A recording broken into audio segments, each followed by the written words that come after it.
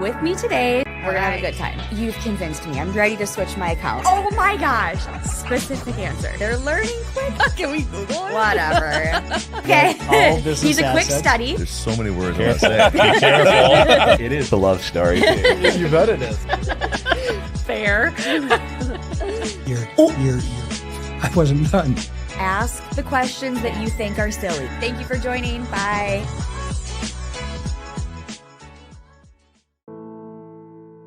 I see a lot of just my friends vaping, and I see it like I hear about middle schoolers, high schoolers, elementary schoolers just vaping, and I just don't understand how such young people can get into such like an addictive substance, how they can just throw away time, money, health for what, nicotine?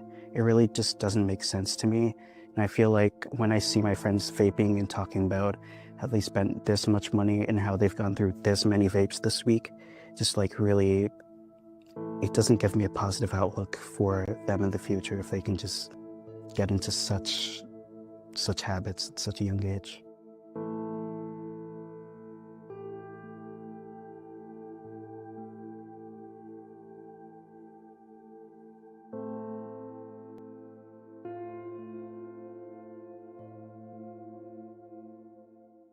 There's nothing better than a Subway Series footlong, except when you add a new footlong sidekick, like the boss with a new footlong cookie. This might be my favorite sidekick ever. What? Every epic footlong deserves the perfect sidekick. Find your passion.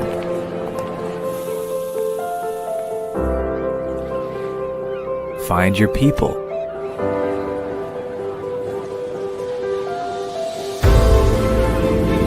Find your purpose.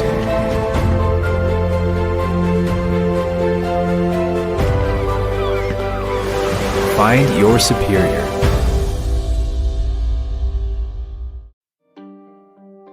Vaping has almost become like an obsession addiction. It's got to be where I know where it is. If I leave, I have to have it with me. I guess the term would be I'm jonesing for it, the nicotine out of it. Never do it, to never even try it, because once you try it, it's like an addiction, and it kind of takes over your personality, that type of addiction.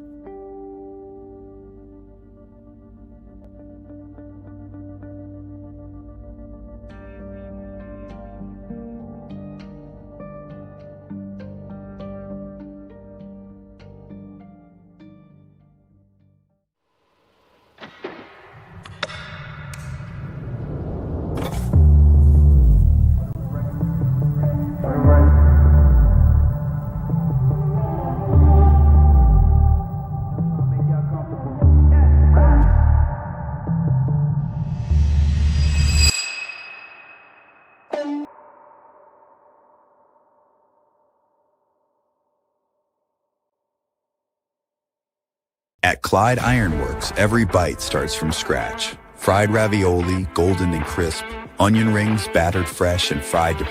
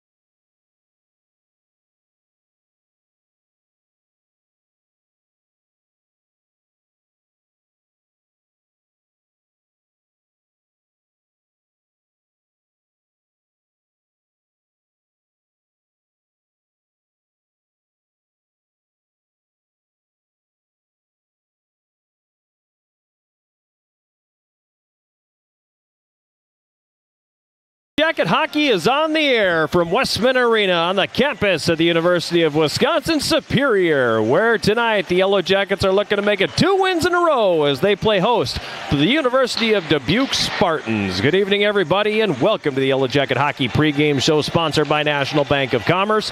I am John Garver, and the Yellow Jackets looking for a victory here tonight that would propel them into the championship game of the 2025 Superior Showdown, sponsored by Subway. It's the 8th annual event, and it's an event that the Yellow Jackets have only won one time. You got to go back a couple of years to find that when that happened. Last year they lost the championship game to the College of St. Scholastica, and they're looking to make another trip to the championship game here to the victory over Dubuque tonight. If they do get that far, they will be taking on the Vikings of Lawrence University. The Vikings taking St. Scholastica to the woodshed in the opening game of the tournament earlier this afternoon. 5-0, the Vikings defeated St. Scholastica to advance to the championship game for the first time in their program's history. And they will play the winner in this one here tonight. St. Scholastica, meanwhile, will be looking to take on the team that drops this game tomorrow afternoon. The consolation game at 3 o'clock, the championship game at 7 o'clock right here at Westman Arena. Yellow Jackets coming in after a really nice bounce back last Saturday night. Friday night, yeah, you know, if you tuned in, yeah, it wasn't our finest hour by any means. And if you tuned into the pregame show last Saturday, Coach McKenna confirmed that it wasn't our finest hour by any means. But the Yellow Jackets with a really big answer last Saturday. A great first period on the way to a 4-2 win over UW-Stevens Point. And hopefully it is the first of many consecutive victories coming up here. Just like it was last year as well. You know, last year the Yellow Jackets lost the championship game of this tournament, and they didn't lose again until February. So hopefully history repeats itself, and the Yellow Jackets can start that streak a little bit earlier this year than they did last season, beginning with their second consecutive victory here against Dubuque tonight. A lot more to come on the Yellow Jacket Hockey pregame show sponsored by National Bank of Commerce. We will take a look at what happened that last time out for the Yellow Jackets. A little more detail into that victory over Stevens Point. We'll have the starting lineups. We'll talk to Coach McKenna. We'll also hear from sophomore forward Zach Lucier. All that and more when the pregame show sponsored by National Bank of Commerce continues right after this. This is Yellow Jacket Hockey on 91.3 KUWS Superior and Yellow Jacket TV, an affiliate of the WIAC Sports Network.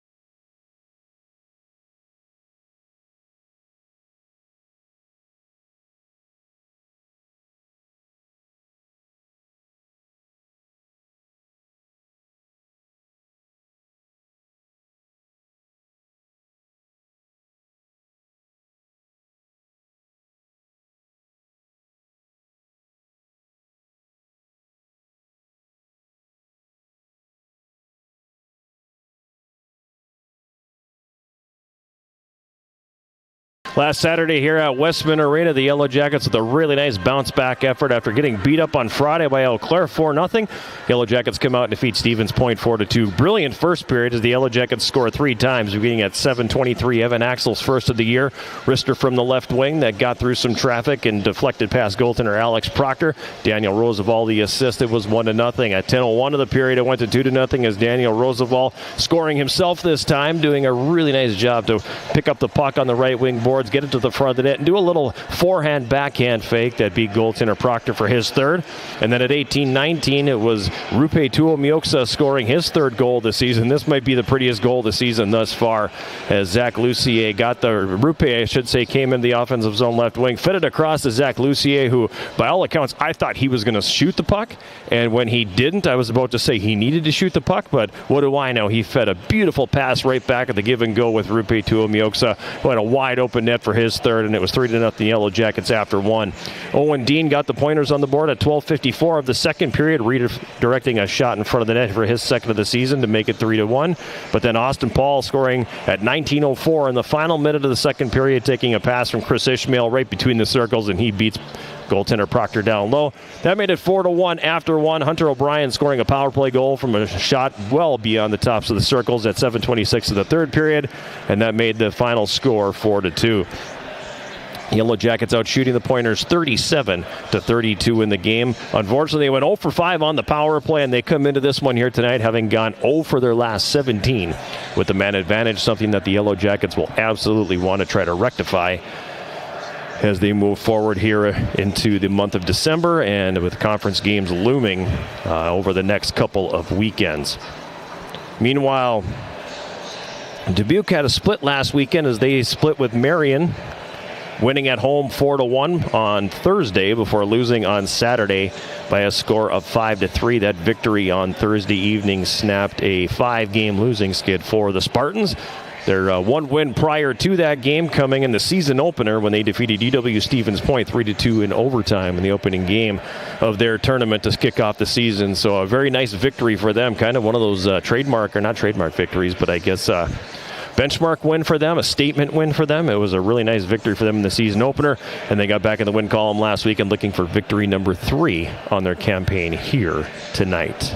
We're about 19 and a half minutes away from the start of this one between the Yellow Jackets and the University of Dubuque in Game 2 of the 2025 Superior Showdown, sponsored by Subway. We'll take a quick timeout. When we come back, we'll catch up with Yellow Jacket head coach Rich McKenna. This is Yellow Jacket Hockey on 91.3 KUWS Superior and Yellow Jacket TV, an affiliate of the WIAC Sports Network.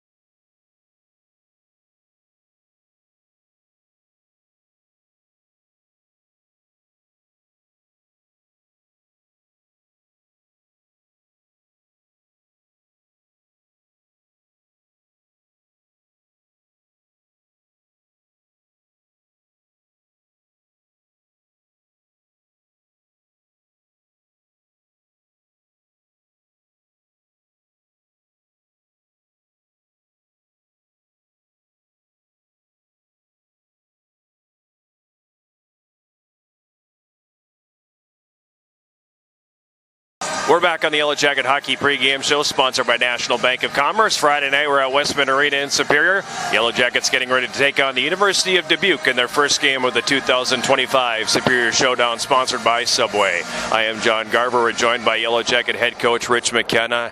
And first period last Saturday, Coach, maybe the best period of the season and probably the one that makes you pull your hair out the most because you walk in and go, fellas, there it is.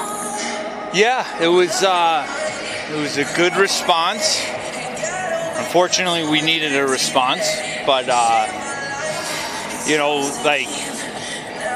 we played a good game. It was a really good game. We came out on fire. The 4-on-4 stuff, I think, kind of took a little bit of the flow from the game from us. Point's a very good team, right? And that allowed them to kind of get, I think it fit their game a little bit more than us. But, we were able to weather whatever storms that they did throw. I thought our goaltending was great. I thought we limited chance. We gave up shots, but I felt we limited chances. More stuff towards the outside, not a ton of second chance opportunities. So it was a good game, and I'm proud of the guys for that. It was a very special weekend to us. I'll just keep it like that. But it was, it was what we needed to do. Now we need to build off of it. We kind of went back to 1995 in practice this week. So it was fun, and hopefully we can translate practice the game tonight. You talk about giving up some shots. They had 32 in the game, and a lot of those coming in probably the last 10 to 12 minutes where they were throwing everything toward the net from every single angle on the ice. So the number, a little bit deceiving. Yeah, I thought we had a really good game, in all honesty. And that's the frustrating part, right? Talk to the guys about Jekyll and Hyde and which do you want to be. The message got lost in translation because they didn't know who Jekyll or Hyde was, so that kind of dated me a little bit. But we were able to get over that hump, and and if we can string together games like that and build off of that and get better from that's the starting point, I think we could be a very good team, right? So, because again, you're going to give up shots. Gone are the days where kids are too good now, where you're holding good defensive teams or holding teams to 15 shots. Volume at the net seems to be where the game's trending. And so, they're going to pitch pucks in.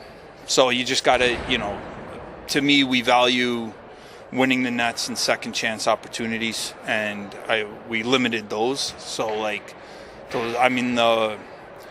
to me, personally, the one goal they scored shouldn't have counted. It was goalie interference, and the second one, they floated it in. So how many of those have we given up this year? So I'll take it. Daniel Roosevelt scored an absolute beauty of a goal in that first period, and it would have been the nicest goal of the night until a couple minutes later, Lucy and Rupe get together on an absolutely gorgeous 2-on-1. Spectacular play on both of those goals by those guys. Yeah, Danzy tried. We just talked about it. Danzy tried to create a race. Puck kind of bounced, went into the defenseman's feet, stick area. Rosie comes in, gets a good stick on puck, takes it to the net, scores, right? That's a jacket hockey kind of goal. Lucier and Rupe's goal. Lucier backtracks all the way through from the ozone, buries a kid in the corner, gets shot out of a cannon, passes everybody. It's unbelievable. We've showed that clip a few times. Rupe puts it over. He throws it back door. D crashes into the goalie. That again. And they did that all at full speed. It's there. We just got to be consistent in it, and that's the biggest thing and message that we've kind of sent this week. All of that said, we do have to dig on one thing, though, and we're back to that time of the year where I feel like every pregame I'm going to bring up the power play. Power play's not quite getting the finish that it needs to have. No, power play stinks. We're working on it. We just had a meeting. I told the guys, if you score 4 out of every 20 opportunities, what does that mean? Like typical kids, well, that's 20%. I go, no, that means you failed 16 times. I'm okay with you failing. We just got to create a little bit more momentum, simplify. I don't expect you to score every single power play. But over the course of a weekend, if you have 8 power plays, right? You could probably get 1. Right? I don't think that's too much. And then the next weekend you get another, let's say you get 7 a game or whatever it is, right? Because, again, power play too, we had a couple of power plays last weekend that were 20 seconds long. You get dinged for it. I don't count those, right? Full 2-minute power plays I'll count. So if we score 4 out of 20, every full 2-minute power plays will be just fine. More importantly, I think it's our penalty kill, giving up 3 games in a row we've given up power play goal. Or 3 out of 4. 2 out of 4, whatever. What do I know? So, still too many. That's the way I look at it. Dubuque tonight, a team that we have very little experience with. We've only seen them play a couple of times, and that was last year when they were up here. You obviously know their head coach, Seamus Gregory, very, very well, so you know exactly what you're going to get from them. Yeah, we're going to get a hard-working team. I would say they got some better players in the recruiting class this year, as everybody did. They've had a gauntlet of a schedule. I'll say the same thing for Lawrence. They've played top teams, so they're battle-tested. But again, there'll be effort, they'll work, and so we just gotta play our game. I'm done with pre-scouts. I don't know. It doesn't work. So pre-scouts are out the window. I'll watch it, and we'll just practice what we need to. We just need to play our game. And again, this weekend's about us. It's a special weekend for us again. It's been a lot of emotion so far this season. A lot of stuff hitting us. We just gotta simplify, get back, play consistent jacket hockey, and win the battles we're supposed to win. And I think we'll be all right. Thanks a lot, Coach. Good luck. Take care, guys. That's Yellow Jacket head coach Rich McKenna, 10th season behind the bench, 114 wins, 107 losses, and 20 ties, his all-time mark with the Yellow Jackets. His counterpart is Seamus Gregory in his 3rd season at the University of Dubuque. His record 6 wins, 46 losses, and 5 ties. This is his 13th season as a head coach at the Division III level. 1 season at Lake Forest College, 9 seasons at Northland College. His all-time record, 63 wins, 205 losses, and 27 ties. Time now to take a look at the starters in this one. First for the Yellow Jackets, getting the starting goal once again will be Jan Skorpic. He is a 6'1", 170-pound senior out of Czechia, making his 6th appearance on the season. Is that right? 6th appearance? Did I jot that down wrong? 7th appearance on the season. He's got a record of 4-1, a goals against average of 2.08, and a save percentage of .927. 1 shutout for Jan Skorpic, who will get the start once again for the Yellow Jackets here. He started all but 2 games so far and has appeared in all but 1. The starting 5 in front of him, the defense pair will be Tyler Ryder and Matt Danziger. The forward line, Chris Ishmael, will have Cade Shea on the left wing and Daniel Roosevelt on the right. Other forward lines for the Yellow Jackets, Carson Riddle will center Austin Paul on the right wing, A.J. Reed on the left. Justin Dauphiné will have Blake Setter on the right wing and Andrew Larson on the left. And Alexei Yermolnik will have Zach Lucier on the right wing and Rupe Tuomioksa on the left. So the exact same forward lines for the Yellow Jackets that we saw against Stevens Point last Saturday. Other defense pairs, Dusty Bergstrom and Evan Axel, Sam Brennan and Jordan Gibbs. The extra defenseman tonight is Isaac DeVoe, and backing up Jan Skorpic, Kobe Grant and Jack Boschert.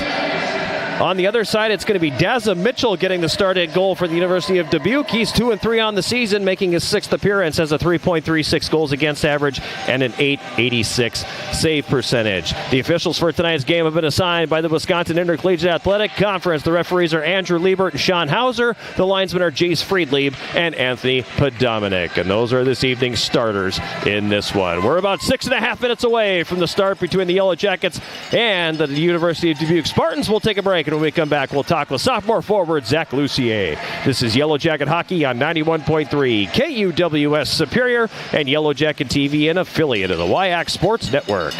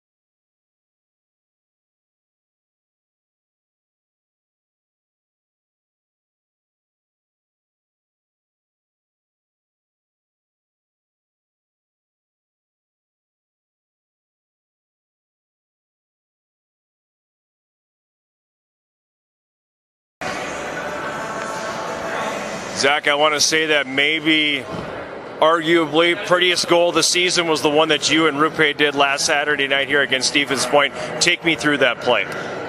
First of all, thank you very much. Honestly, just a hockey play. I know Rupe's a really, really talented player, and it's an easy player to play with. I know he was going to be at the net, and watching the replay, I could have shot that puck, but he was there, and I was fine with it. Glad it was a highlight, but we don't go for highlights. We just go for goals right here. Yeah. I was going to ask about that too, because there's a part of me, the old coach in me, that goes, oh, you shoot the puck there. And then when you watch it in the super slow-mo that they posted, there's a really small gap for you to get that puck through. So, I mean, it was a really brilliant pass. Oh, thank you very much. You know, it's just an instinct. I think for me, I'm a pass-first mentality guy, and sometimes I need to shoot the puck. I should shoot the puck a little bit more often, but it just happened, and I'm glad it worked. Yeah, hard to argue with how that one worked out, and hard to argue with how that first period worked out. Coming off of everything that happened on Friday, you get back on home ice, and arguably the best period that this team has played all season long. Yeah, I think we're still trying to find our identity, and that first period, it was a response to, first of all, the alums that came to show to see the games, and we're just happy that we wanted to show up, right? And we're just happy we did it. Heading into this one now here tonight, you're going to be taking on a team from Dubuque that we've never played before, so it's the first time out. They had their statement win in the season opener, beating Stevens Point. So from what you've been able to see so far, what do you expect out of them tonight? Honestly, we didn't watch much of them. I think we were focusing more on getting our games going.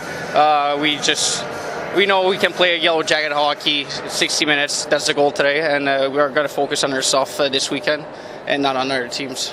Okay, so then we flip that around then. What did you guys do last Saturday that you are going to pull into this one tonight? How do you make it 2 consistent games in a row? I think the big thing about last game was everybody was in it. Everybody from the bench, from the guys in the stands, everybody wanted to win that game. Everybody was ready. The 4 lines were buzzing. The D were solid. Goaltending solid too. I think we just need to keep going, play with our speed, start hitting early in the period, and I think we're going to be fine today. At one point in that game last Saturday, you lost your lumber, and you were literally kicking the puck out of the zone. So do you have a little bit of soccer in your background? I used to play soccer back in the day when I was about 15. But sometimes you need to give your stick to goalie, right? And he's more important than me, and I just wanted to get the puck out of the zone. So that was pretty funny when I watched it back. I had a pretty good laugh, yeah.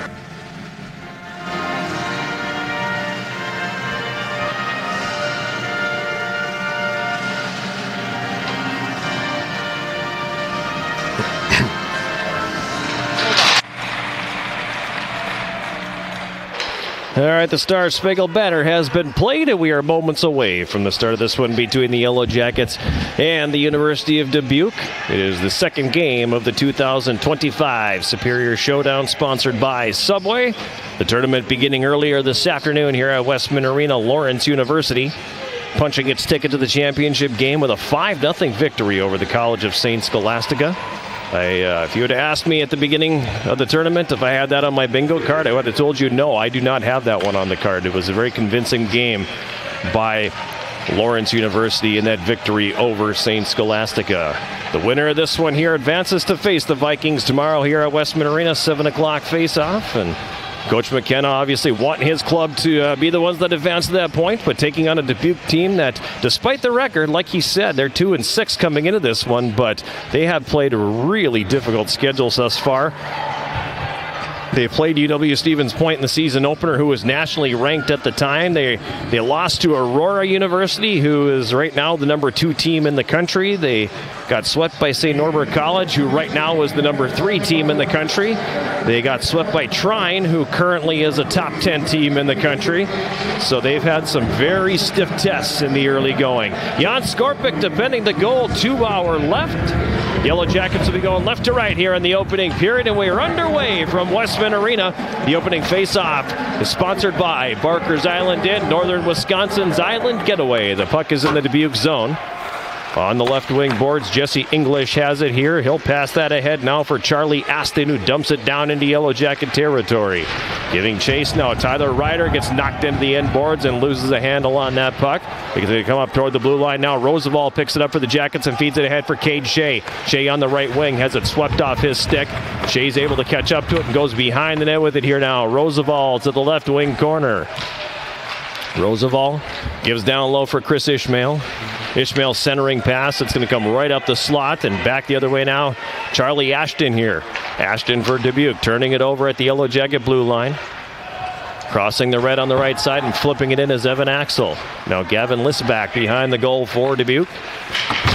Leaving it there, and then that's going to get sent all the way up the left side, down into the Yellow Jacket zone. Carson Riddle's got it behind his net. He has it taken away from him. Zach Burfoot now feeds behind the goal. Nikita Borodienko's got it here. He throws out to the front of the net, looking for Zach Klein in the slot, but the Yellow Jackets get a stick on that. Puck in just in front of the Yellow Jacket bench. Burfoot's got it there. It's taken away from him. Now Jordan Gibbs for the Jackets has it. Slides it to the right side for Dusty Bergstrom. Now up the right wing, Austin Paul. Paul, who scored his first goal of the season, that win over Stevens Point last Saturday, goes in on the fork check, but Klein comes away with the puck and he feeds across ice. On the right wing, Burfoot takes a shot, and that's going to be steered away by Jan Skorpik. Left wing corner now. The Yellow Jackets coming out with it. Riddle feeds it over onto the left wing. He's got A.J. Reed down up the middle for Sam Brennan, who jumped into the rush. That one isn't going to go. Now Brennan losing his footing. Dubuque coming away with the puck here and starting it up the left side, Matt Downey. Downey passes it ahead for Owen Hardy, who tips it into the Yellow Jacket zone. Big collision along the end boards behind the net. Now the puck moved around to the left wing side. Andrew Larson there for the Yellow Jackets. He'll tip it ahead for Setter. Blake Setter sending it into the Dubuque zone and giving chase. Downey there first. Puck is in the left wing corner now. Larson knocks his man off the play. Setter coming in there as well. Larson on the left half board has it. He plays it hard around the wall over to the right wing side where Dauphiné gets a stick on it. Now for Setter, right wing corner. He leaves it along the end board behind the net for Larson. Now back to Setter. Setter carries up the right wing boards. He cycles it back down low. Downey behind his net for Dubuque. Over to the right wing boards. Lockheach has it there, and he'll send it ahead.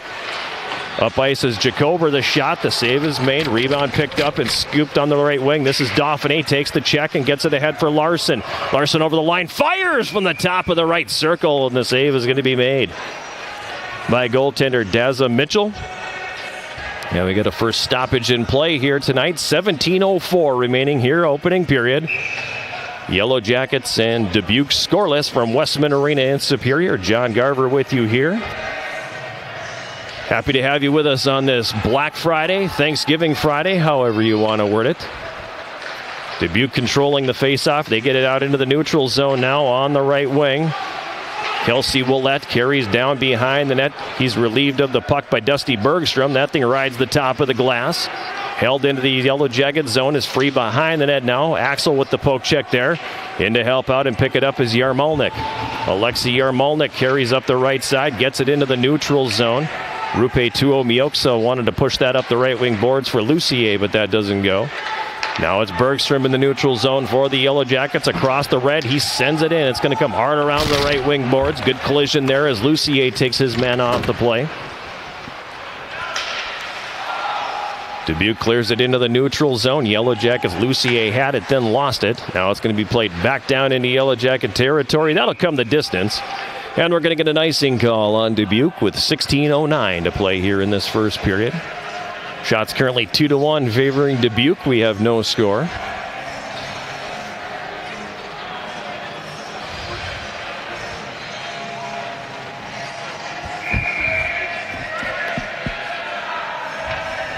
Ishmael in to take the draw for the Yellow Jackets here. He wins it back. Danziger right point.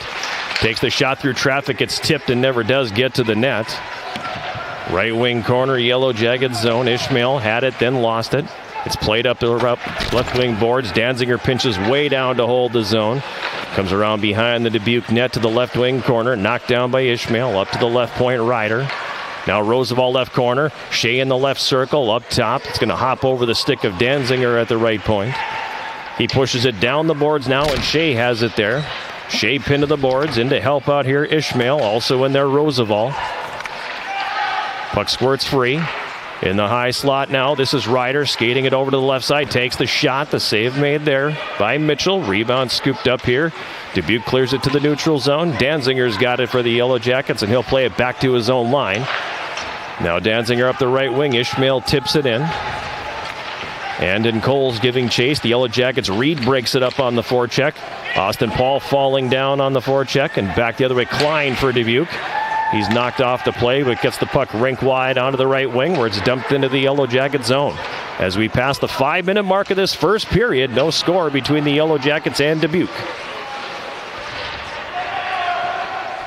In the high slot, A.J. Reed for the Jackets comes to center, feeds it ahead for Paul, who had a step on the D, but had a hard time trying to knock that puck down. Now A.J. Reed along the end board kicks it to the front of the net. It's going to be taken away there, and Dubuque will clear that up to neutral ice. Jackets will dump it back in and tag up. Meanwhile, Dubuque will come back on the attack with Andon Coles. His pass picked off. Andrew Larson now into the Dubuque zone. Carries over to the left circle. Delayed penalty call. It's going to be on Dubuque. And the Yellow Jackets are going to get the first power play of the hockey game here.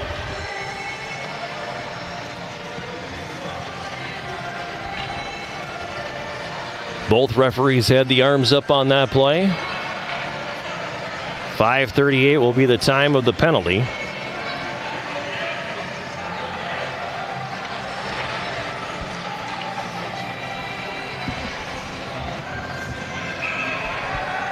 Kelsey Willett going to the penalty box. I did not see the indication because he didn't make one.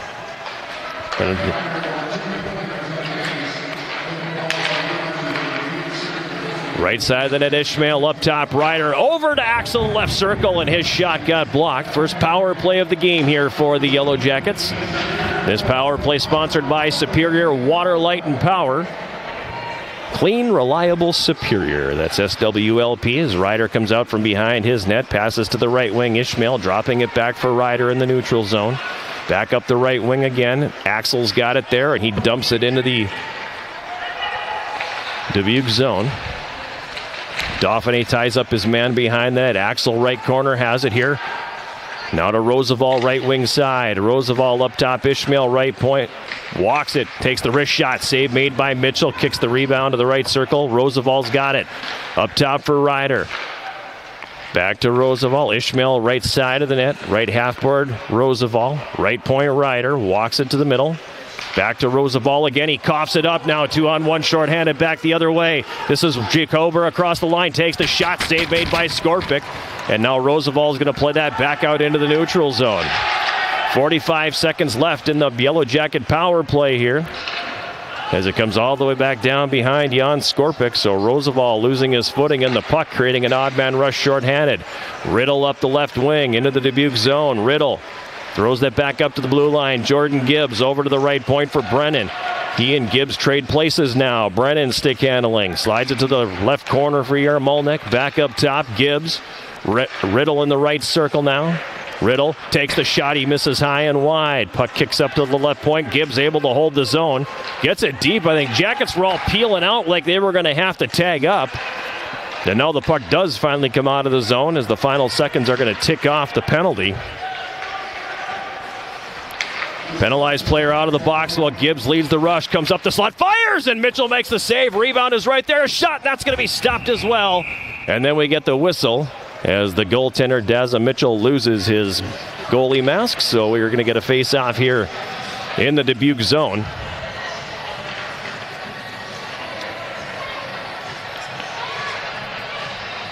A couple of good opportunities there for the Yellow Jackets on the rush.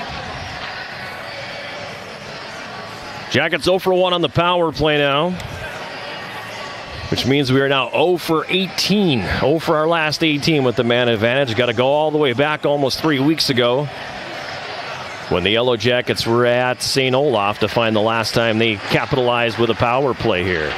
Charlie Ashton for Dubuque up the left side, flips it into the Yellow Jacket zone, and it's going to be icing as he didn't get the red line. That'll bring the face-off all the way back down into the Dubuque zone. 12:04 remaining here in this opening period. Yellow Jackets and Dubuque are scoreless. Shots 5-3 favoring the Yellow Jackets here in the early going. Face off to the right of Mitchell. Jackets win the draw. Bergstrom over to the right point for Axel. Takes the shot. The save made. Rebound to the right corner. Taken there by Setter. Comes out of the corner and shoots. Had his stick hooked at the last second, so he pushed that one wide. Left wing corner, Dubuque zone. Dauphiné here. Tries to go up to the blue line. That doesn't go. Now it goes. It takes a funny hop. I think it hit a Dubuque defender. It came right into the slot, but nobody in a gold sweater was ready for it. Now the Jackets with the steal. Bergstrom up the middle for Dauphiné. He tips it in, and Mitchell's going to be content to just cover it up.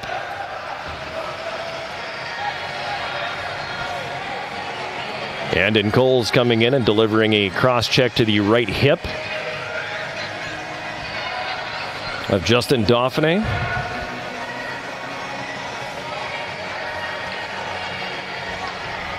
This is already a better first period than we saw out of the Yellow Jackets last weekend on Friday.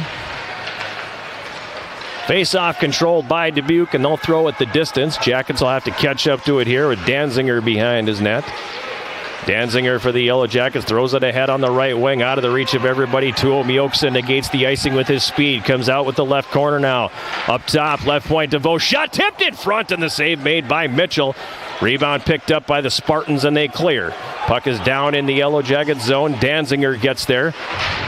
He spins away from a check. Yarmolnik in to help out, and he's going to throw it ahead. Passes behind Tuo Mioksa. And Dubuque will regain control in the neutral zone. Now Yarmolnik plants his man into the boards right in front of the bench, knocking Nolan Underwood off his skates. And Yarmolnik has the puck. Yarmolnik, spinorama, gets away, throws it across, looking for Lucier going to the net, but it doesn't connect. Now Lucier right side, finds Shea, fires, that's blocked. Yarmolnik has it in his skates, didn't know it was there. Lucier from behind the net, tries to center. It ends up in the right wing corner. Cade Shea for the Yellow Jackets coming out with it here. Shea for Yarmolnik, centering pass, gloved out of the air by the defense. Shea gets it back, but he mishandles in the right circle, and Dubuque will come back the other direction with Zach Klein on the left wing. He flips it into the Yellow Jacket zone, backing it up here, Sam Brennan. Brennan for the Yellow Jackets up the middle. That one is deflected in the neutral zone and goes to the right wing corner. Roosevelt giving chase. Dubuque rotates it behind the net. They come up the right wing boards to center. Klein's got it here. Klein feeds in the middle for Borodienko. Jackets get it back. Brennan wanted to go up the right wing and spring Ishmael, but he couldn't get his stick away from the check. Klein now feeds it back, gets it back in front. Backhand shot goes right through the goal wall. Puck loose. Top of the goal crease, a shot. Oh, what a save by Jan Skorpic as he sprawled out and got the glove down. The Yellow Jackets were exhausted at the end of that shift. And a couple of pucks bouncing around the goal crease. Yellow Jackets able to survive as Skorpic covers it up.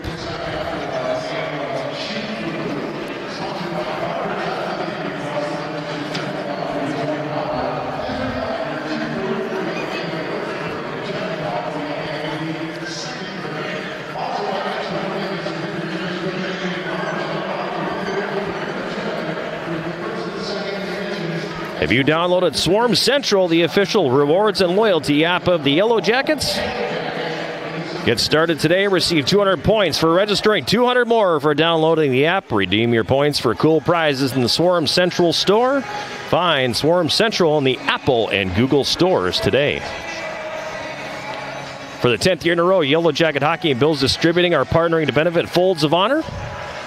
Every time the Yellow Jackets score a goal at home, Bills Distributing will donate $20 to Folds of Honor, helping to provide scholarships and educational assistance for the families of fallen or severely wounded servicemen and women. The Yellow Jackets making $80 for Folds of Honor last Saturday in that victory over Stevens Point. Face off in the Yellow Jackets zone to Skorpic's right. 9:43 remaining in the first period. Yellow Jackets and Dubuque scoreless. Face-off controlled here by Dubuque. Jackets get a stick on it. The puck comes out to neutral ice. Dubuque sends it back in, bouncing puck in on goal. Skorpic forced to drop down to his knees and stop that. On the right wing boards, Ryder. Up the wing for Paul. He tips it to the middle now where Carson Riddle's got it. Riddle will play it into Dubuque territory. Puck comes behind the net over to the left wing side. Riddle intercepts, throws it toward the front of the net looking for Paul. But coming away with it here will be Matt Downey for Dubuque. Puck comes into the Yellow Jacket zone on the left side. Played into the middle. Danziger gets it back. Throws it behind his net for Ryder. Ryder flips that high in the air to center, and Austin Paul will sweep that down to the left corner. Giving chase A.J. Reed. He's tied up by Downey. The puck comes loose. There's a steal by Paul up top at the left point. Bergstrom takes the shot. That's deflected by the defense. And we'll get a face-off here.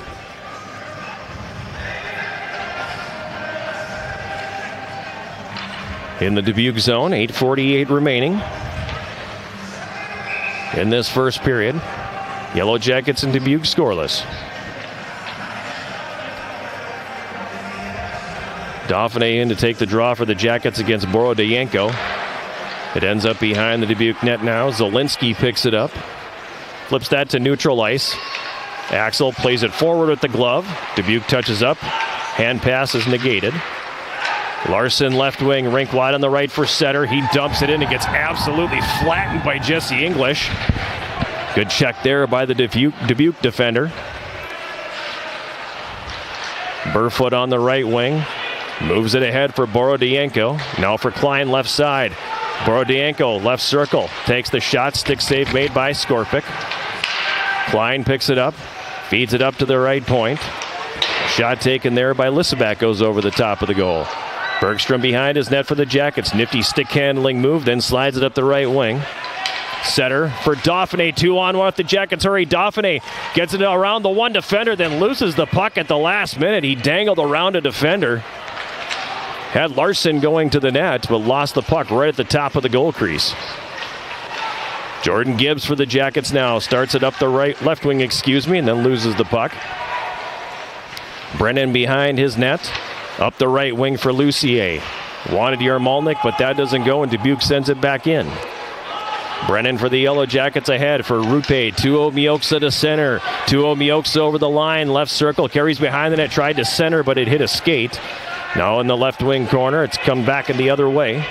Poweski's got it here. Feeds the middle for Brock Weimer. Weimer on the backhand. Dumps it into the Yellow Jacket zone. Left corner. He gives chase. Centering pass. Tipped up to the blue line now. Faking the shot was Dundas at the right point. Now over left point, a shot that catches traffic in front. That off the stick of Jesse English.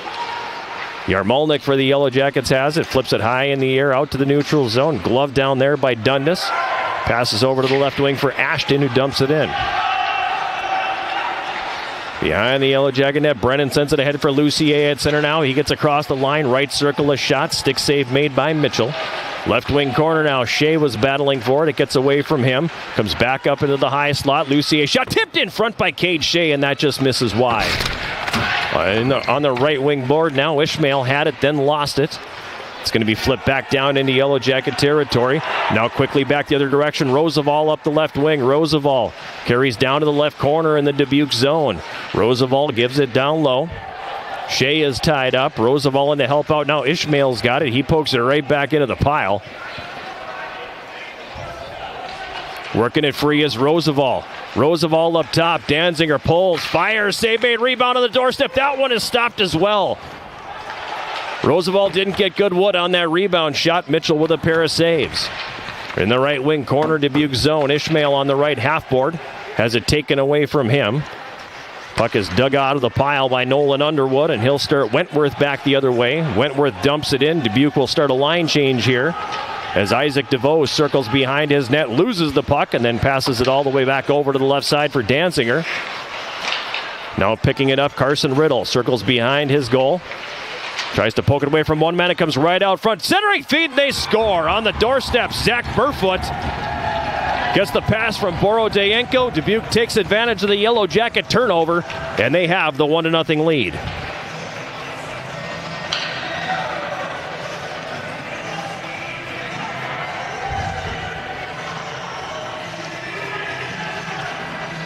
For Burfoot, that'll be his third goal of the season.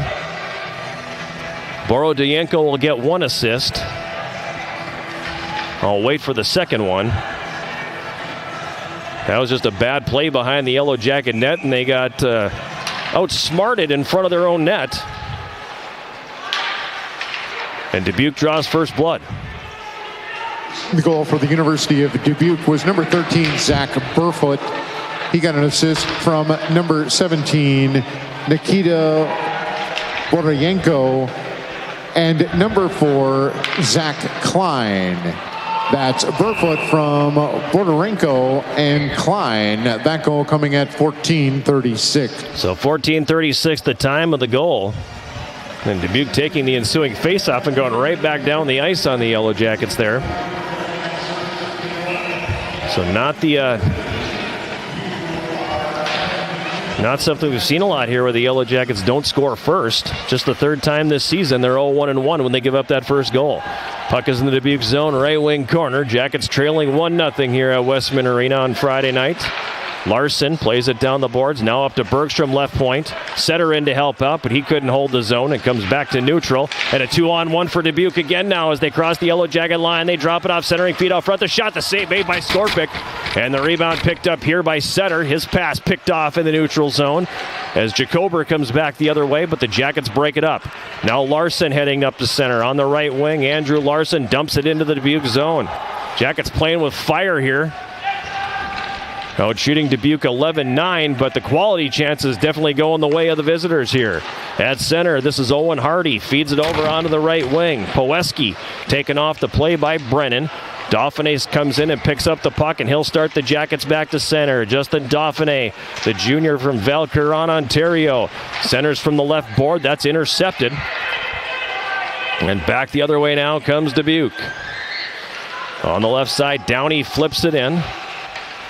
Brennan ties up his man in the corner. The loose puck taken there by Setter. He'll come around his net. And he'll start up the right wing with it here. Blake Setter across the red, dumps it in, banks it off of a defender. The puck will be scooped up and carried up the right side and then cleared out into the neutral zone. Jackets play it back. Zielinski's got it again for Dubuque. 3.5 minutes to play, first period, 1-0 Dubuque. Tyler Ryder ahead on the right wing looking for Lucier, but that hopped off his stick. Right over his stick, actually. Puck got up on end and spun right in on goal, and that's going to be covered up by Mitchell. They'll have a face-off coming up here in the Dubuque zone.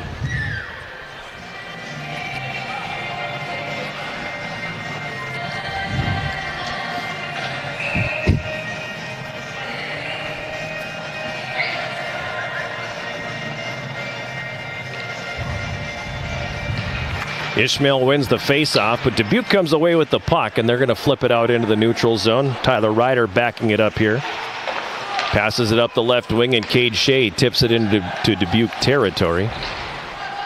And Coles now throws a pass up the left wing. Shea on the back check intercepts. His pass intended for Ryder out of his reach. Ryder up the left wing. Ishmael into the middle. Danziger who jumps into the rush. Danziger flips it into the Dubuque zone. Right wing corner. Shea giving chase. Somebody's stick just split in half. It was Cade Shea, so the Jackets down a man here until he can get to the bench and get a stick, or a replacement player comes on, and we have a replacement now. It's Roosevelt behind the net. He's upended. Penalty coming. It's going to be on Dubuque as they took down Daniel Roosevelt, making his way toward the net. And the Yellow Jackets will get their second power play of this opening period. Time of that penalty, 17:27.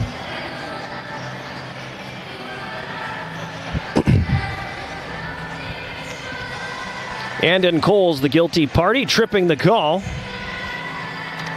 Second power play for the Yellow Jackets. This power play is sponsored by Superior Water, Light, and Power. Clean, reliable Superior. That's SWLP. Reed, Riddle, Yarmolnik, Brennan, and Gibbs on the ice for the Jackets here. Gibbs holds the clearing attempt at the right point. Feeds it down the right half board. Reed back up to Gibbs. He walks to the middle, gives to Brennan, now gets it back. Reed in the right circle. Up top, one-timer Gibbs. That hits traffic in front. On the right wing boards now. Reed to Riddle. Fires from the right circle, and Mitchell makes the save. Really nice play off the right board there for Reed to get it to Riddle. And he absolutely hammered it from the right circle. Mitchell making the save. Minute and 39 left in the Yellow Jacket power play. Gibbs has it at the right point, walks it to the middle. Reed, top of the right circle. Brennan, top of the left circle. Right point Gibbs, right circle Reed. Comes off the wall, now Riddle, right side of the net, walks, throws it right across the goal mouth. It's about waist high. Yarmolnik couldn't have done anything with that even if he wanted to. In the neutral zone, A.J. Reed drops it for Riddle. He crosses the Dubuque line. Carson Riddle carries behind the net. Over to the left wing corner. Riddle carries up the boards, drops it for Brennan. Now down low, Yarmolnik left of the net. Tried to drive to the goal, but couldn't get through. Up top, Gibbs. Riddle in the right circle. Stick handles. Gives to Reed. He's got it right circle now. Takes the shot. It gets blocked. Zach Klein pounces on the loose puck. He'll send it all the way down. Dubuque will change all four killers. Jackets will change the power play unit as well with 45 seconds to go in the man advantage. A minute and 15 seconds remaining here first period. It's 1-0 Dubuque. On the right wing, this is Axel. He sends it down into the right corner. Yellow Jackets got outnumbered in the corner, but they hold the zone. At the right point, it's Ryder. 25 left in the power play. Tyler Ryder carries that one now. Feeds it over. Roosevelt right circle. Gives to Ishmael. Up top, Ryder. Ishmael one-timer from the right circle. Whistles high and wide. Axel tied up. Good job on the penalty kill here by Dubuque. They get it out to neutral ice. Just 10 seconds left in the man advantage. It's Ishmael up the right wing. Ishmael ridden off the play by English. It comes back up the boards again. Ryder holds it in beautifully at the point. Penalized player back on. 30 seconds left in the period. This is Roosevelt now getting away from a check. Now he's pinned to the end board. Knocked down. English digs the puck free. Passes that ahead. Jackets hold the zone as Ryder breaks up the play and fires it to the left corner, This is Ishmael now with 10 seconds left in the period. Takes the shot, hits traffic in front. The puck was loose, but Dauphiné couldn't get a stick on it. Bergstrom now at the right point. Fires that down low. It hops over the stick of Dauphiné. Goes to the left wing corner. Ishmael centers. That hits Austin Paul in the skates. And the buzzer will sound, bringing period number 1 to a close. Hard to really complain about what the Yellow Jackets were able to do here in the opening 20. I mean, they played a good period of hockey. Had the territorial advantage, had the advantage in shots on net. Probably got, Dubuque probably had the edge in quality shots. But at the end of the day, they took advantage of the best opportunity after the Yellow Jackets sort of coughed one up. So one bad mistake in the defensive zone. The next thing you know, Dubuque pounces on it, and they have a 1-0 lead after 20. We'll take a timeout and come back with our first intermission, sponsored by Hovland Incorporated, right after this. This is Yellow Jacket Hockey on 91.3 KUWS Superior and Yellow Jacket TV, an affiliate of the WIAC Sports Network.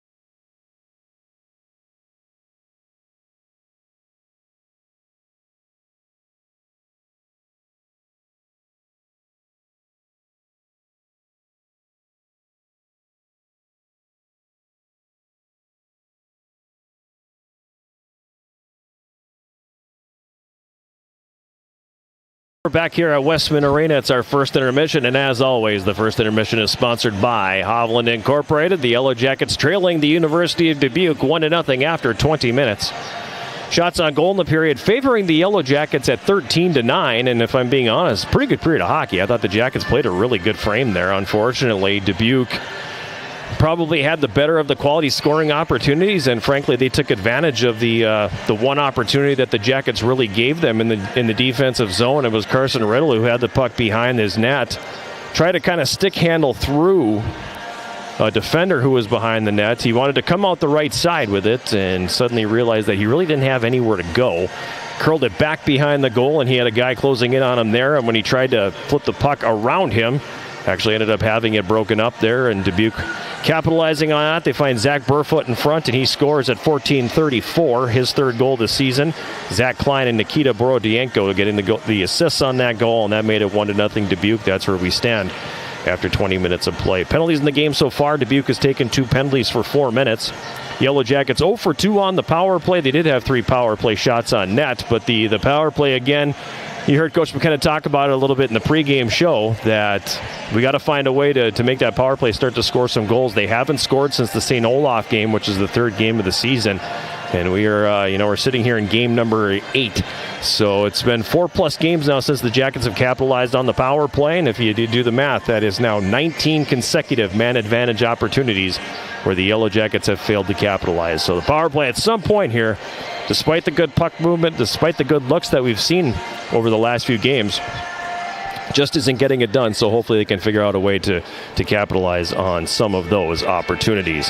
The only other game in the WIAC tonight, and it's a good one so far, as they're nearing the midway point of the second period at the Cornerstone Community Center in Ashwaubenon, and St. Norbert and Eau Claire are tied 1-1. And I think if you go back to last season, a lot of people looked at Eau Claire and thought down year. I think it was a little bit of a fluke. They're a better team than I think a lot of people are giving them credit for. They put the beat down on the Yellow Jackets last week, and if you look at what they're doing with St. Norbert tonight, good hockey game there. St. Norbert out shooting them 16-8, so the Green Knights are kind of having their way with the Blue Golds a little bit there, but the score is 1-1 at this point, so it's it's a good one that they got going on over there at the Cornerstone Community Center. That is the only game in the WIAC in addition to this one. This, of course, is Game 2 of the 2025 Superior Showdown, sponsored by Subway. Game 1 earlier this afternoon right here at Westman Arena. You saw it on Yellow Jacket TV, and it was Lawrence defeating St. Scholastica 5-0. So I said between games, I didn't have that on my bingo card by any means here today. Lawrence has played a really difficult schedule, just like Dubuque has. And they are a little bit battle-tested. They had a lengthy losing streak going on, but at the end of the day, they came out, played a really good game against St. Scholastica, and they advanced to the championship game tomorrow night here, 7 o'clock, against the winner of this one, either Dubuque or the Yellow Jackets. And right now, it's been a good first period for the Jackets. They, unfortunately, just couldn't get a couple bounces here and there, but if they keep doing what they're doing, they're going to be just fine tonight, ladies and gentlemen. Don't you worry about it. 10.5 minutes away from the start of the second period. Dubuque with the 1-0 lead. We'll take a break and come back with more of our first intermission, sponsored by Hovland Incorporated, right after this. This is Yellow Jacket Hockey on 91.3 KUWS Superior and Yellow Jacket TV, an affiliate of the WIAC Sports Network.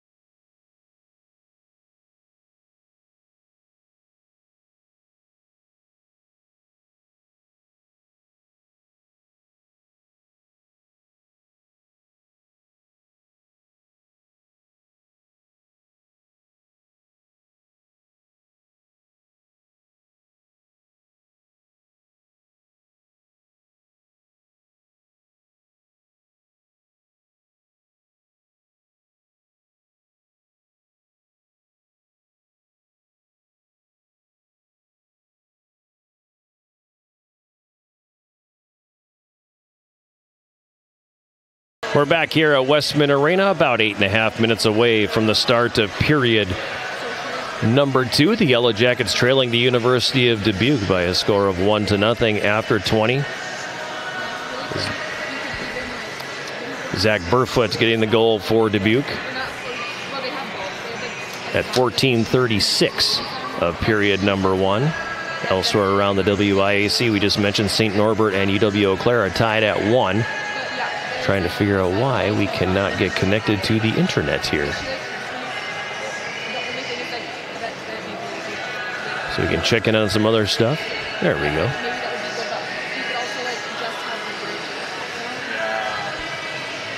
Not the busiest sports weekend for UW Superior.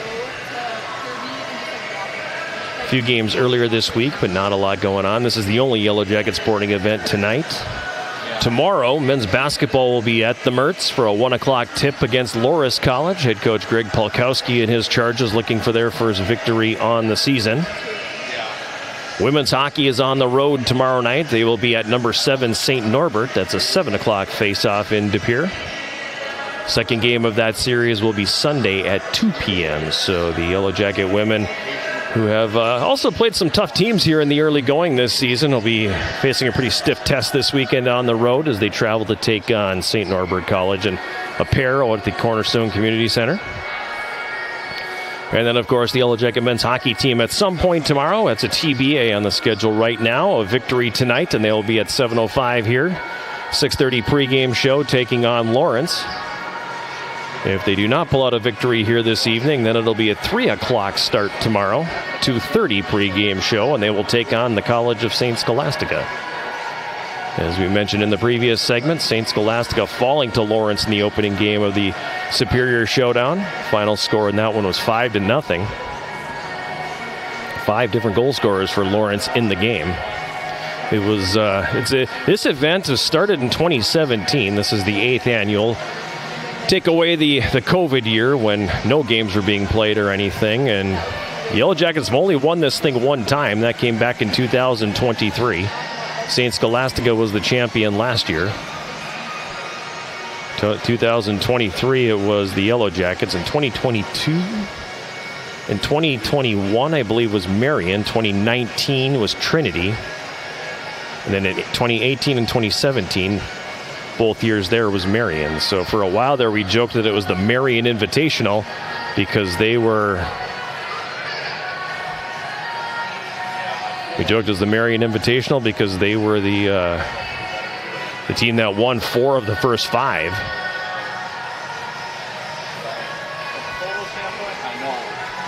They have not been in it the last few years, and hopefully the Yellow Jackets can find their way here over the next 2 periods to get back to that championship game and win this event for just the second time in the program's history. A little over 5 minutes away from the start of period number 2. Yellow Jackets trailing Dubuque by a score of 1-0. We'll take a break and come back with more of our first intermission, sponsored by Hovland Incorporated, right after this.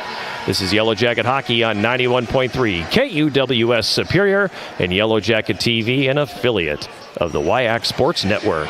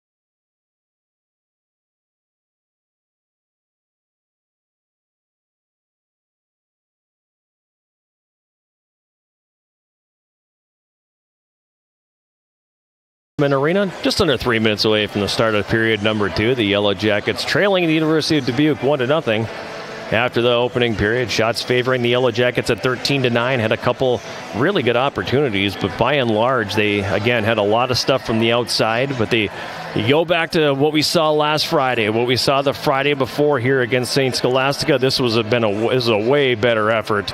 Yellow Jackets did a much better job getting pucks to the net, a much better job getting bodies to the net, a much better job creating traffic in front of the net. And if they keep doing those things, like I said, keep doing those things that we saw over the first couple of, in the first period, keep doing a lot of the things that they were doing, they're going to be just fine. And it's just, Dubuque had a couple of really good quality scoring opportunities that I think were better than anything the Yellow Jackets had themselves, and they definitely took advantage of the one miscue in the defensive zone that the Yellow Jackets fell victim to in that opening 20 minutes. Jackets will be back home again tomorrow, as we mentioned, in Game 2 of this tournament, either the consolation game at 3 o'clock or the championship game at 7 o'clock. And then they'll be back home the following Friday, so a week from tonight, when they go back into WIAC play. They will play host to UW River Falls. That's a game we'll hear live here on 91.3 KUWS. 7:05 face-off, 6:30 pregame show. It's the only home game of the weekend for the Jackets next weekend. After that, they'll be off to UW Stout for their one trip to the Finetti Community Center. That'll be next Saturday. 7 o'clock face-off in that one. Then they close out the first half with a pair of games on the road. Friday, December 12th, Saturday, December 13th, taking on Beloit. Our first trip down to the Woodman Center in Janesville, where the Yellow Jackets will play 2 against the Buccaneers. They are the new club in Western hockey. They are the newest member of the WIAC, and that is who the Yellow Jackets will face in a couple of games in a couple of weeks. Both teams back on the ice here for the start of this second period. Daza Mitchell for the University of Dubuque. 13 saves for him in the opening frame. He'll defend the goal to our left. At the other end, Jan Skorpik for the Yellow Jackets. He made 8 saves. He will defend the goal to our right. Yellow Jackets in the home gold sweaters with the black and white trim will be going from right to left here, across your radio dial, across your computer screen, across your mobile device.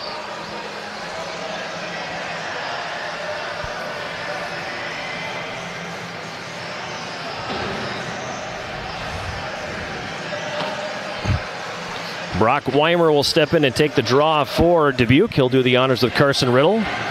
Brock Weimer, familiar face, played at Northland College for a couple years, was at UW River Falls for a little bit. Will close out his college career at Dubuque. Face-off controlled by Dubuque as they pull it back into their own zone. Riddle forces the play behind the Dubuque net. It's wrapped around the left side, and Charlie Ashton plays it to center. Rink-wide feed on the right wing. Poweski now carries behind the Yellow Jacket net. Ryder leaning on him. The puck comes up to the blue line. A long shot from the left point is going to be snared by Skorpik, and he'll hang on. And we'll get a face-off coming here in the Yellow Jacket zone. 22 seconds elapsed here in this second period, excuse me.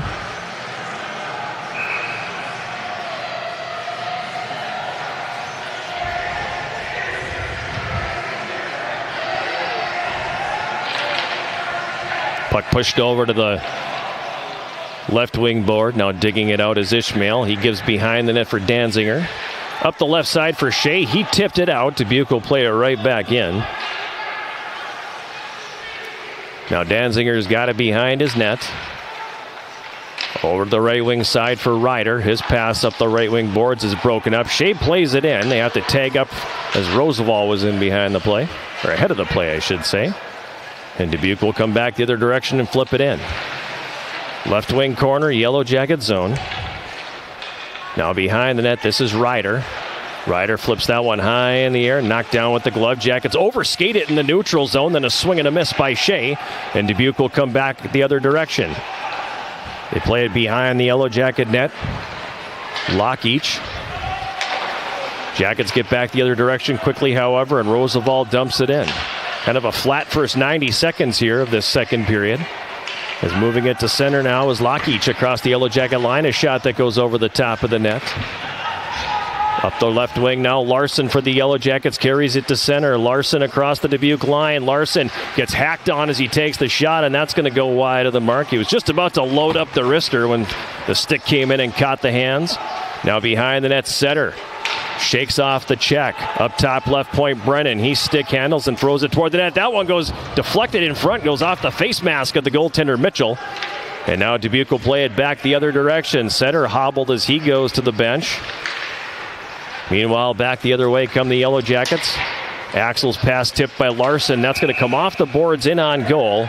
And the save is going to be made by Mitchell. And now some pushing and shoving again near the Dubuque goal crease. Not entirely sure what is transpiring there.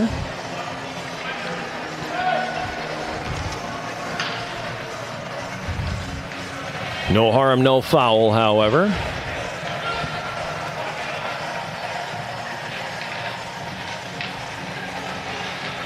Face-off will be to the left of goaltender Daza Mitchell.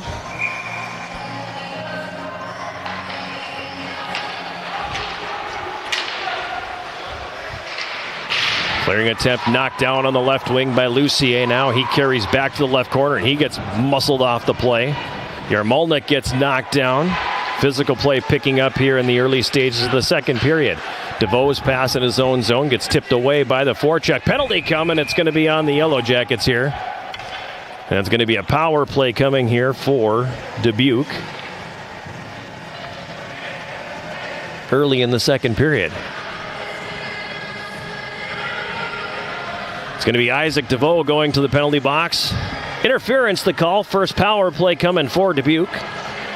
Power play's pretty good. They come into the game at 17.5%. Yellow Jacket penalty kill very good so far, 92.3%. However, they have allowed a power play goal in each of the last two games. Poweski at the right point, carries down to the right circle. Roosevelt muscles him off the puck, but he gets it back up top at the right point. Borodienko feeds it down low. Loose puck right at the side of the net. They score right on the left post. The right post, excuse me. It's going to be Max Erstedt banging it home. Power play goal for Dubuque. And they are up 2-0.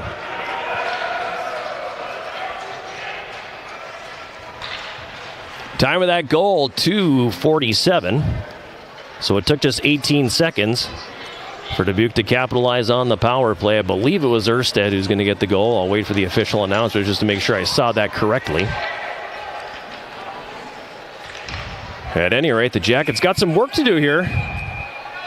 They've been a little flat here to start this second period, and now find themselves down by 2 goals. Now a turnover in the neutral zone, and Dubuque will send that back into Yellow Jacket territory. The University of Dubuque was number 8, Max Erstedt. He got an assist from number 17, Nikita Borodienko, and number 55, Jack Poweski. So Poweski and Borodienko get the assists on the goal by Erstad, his second of the season. It's 2-0 Dubuque. Jackets finally get it in the offensive zone. Lissaback quickly playing it the other direction now as they come across the Yellow Jacket line. Klein on the right wing, backhands it down to the corner. Penalty coming on Dubuque as they're going to get Poweski for hacking the stick out of Sam Brennan's hands.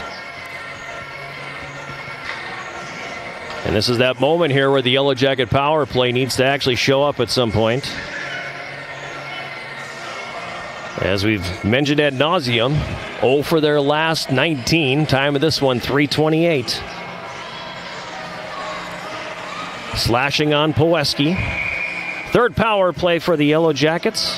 This power play is sponsored by Superior Water, Light, and Power. Clean, reliable, Superior. Axel at the left point. Down to the left corner for Justin Dauphiné. Back on the half board now. Axel up top for Ryder. Ishmael right circle. Gives down low for Roosevelt. Back for Ishmael in tight, but handcuffed him with the pass. Roosevelt did, and it's going to be cleared back out into the neutral zone here. Roosevelt on the right wing ahead for Ishmael across the line. Ishmael pulls up on the half board. Sends it up top. Ryder walks it to the middle. Gives it to Axel in the left circle here. Back up top for Ryder. Ishmael top of the right circle. Right of the net. This is Roosevelt. Nifty move. Gets it in front, but lost it right at the top of the goal crease, and that's going to be sent all the way down the ice.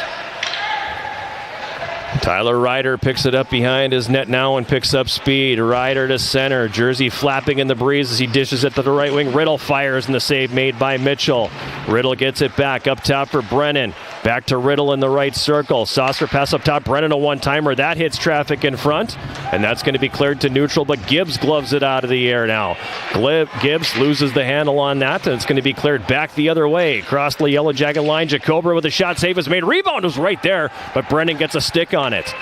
Now Downey at the left point. Walks it down. Takes the shot. That's tipped over the top of the net. Riddle ahead on the left wing. Yermolnik. He crosses the Dubuque line. Throws that one into the slot for Riddle, right circle. Takes the shot. That one's blocked. It comes up in the air and lands behind the net.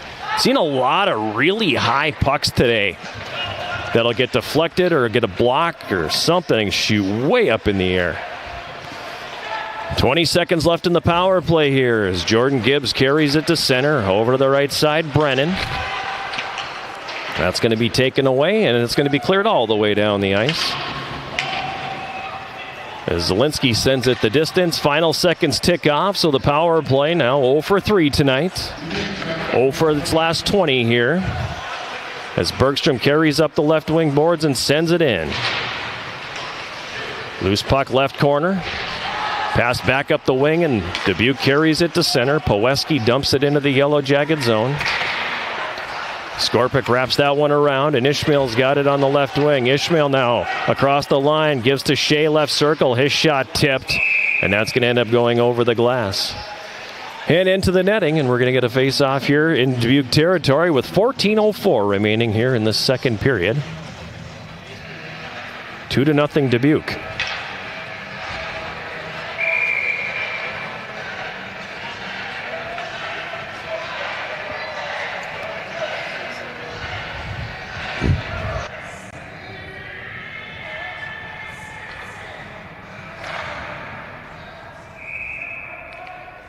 Shot taken off the face-off, and that gets deflected.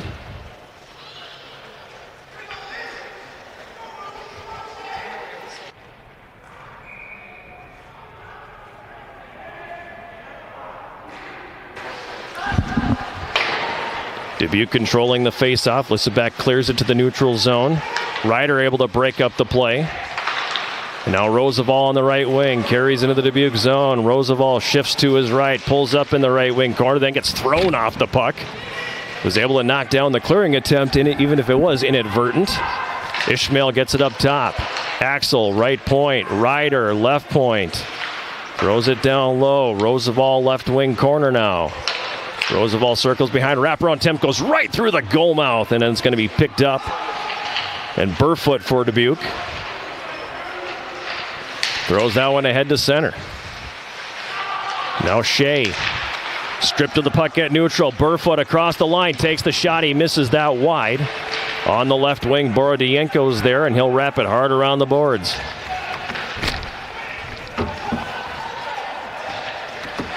Now Setter for the Yellow Jackets feeds it ahead. On the left wing for Shea. Shea dumps it in. Wentworth picks it up. He'll carry behind his net, and now he'll leave it. Dundas circles from the check. Right wing corner now. Dauphinet's pass is tipped. Overskating it there is Setter, and back the other way now comes Dubuque. Puck dumped down into the Yellow Jacket zone. Danziger up the left side for Larson. Danziger getting it back. Now for Setter, right wing, he tips it ahead. Larson picks it up. Andrew Larson across the line, cuts it to the middle, takes the shot, it gets blocked. Dubuque's selling out here, I tell you. They're throwing their bodies in front of everything. Knowing they're up 2-0 here. Doing everything they can to shut this down. Meanwhile, Dauphiné for the Jackets on the left wing takes the shot. That's going to miss well wide of the mark. Larson falling down behind the net. Left wing corner, Dubuque zone. Downey wraps that one around the boards. And they'll carry it out into the neutral zone. Puck flipped back down into Dubuque territory. Zielinski backs it up behind his net. Now he'll leave for Downey. Downey up the left wing. It's tipped to the line. Puck pinballs around just inside the line. Comes out to neutral ice, and Tuomioksa's got it. Rupe Tuomioksa left circle, a shot, and the save made. Rebound kick to the left wing corner. Yarmolnik battling for it there. Tuomioksa comes out with it here. He gets wrestled off the play. The puck is loose behind the net. Yarmolnik pokes it past the defender. Zielinski following the play is going to go high off the glass to neutral. Brennan dumps it back in. Yellow Jackets take up. Zielinski behind his net. Over for Downey on the left side. Passes ahead for Owen Hardy at center, and he'll flip that down into the Yellow Jacket zone. Gibbs giving chase. Hardy ties him up. Tuomioksa on the left wing has it. He'll flip that in the air to center. And then that one will get tipped and go over the glass and out of play. 10:52 remaining here in this second period. 2-0 Dubuque.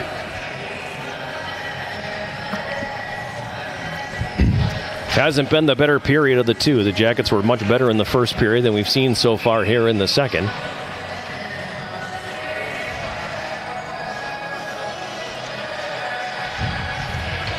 A.J. Reed for the Yellow Jackets starts the rush up the right wing and sends it in. He chases it down right corner. The Sabak takes him into the boards. Now before he can wrap it around the left side, Bergstrom on the left wing throws it back down behind the net. That's going to be played the other direction and come all the way down. Icing waved off as Dubuque wins the race to the puck. Paweski, right wing corner, tied up with Riddle.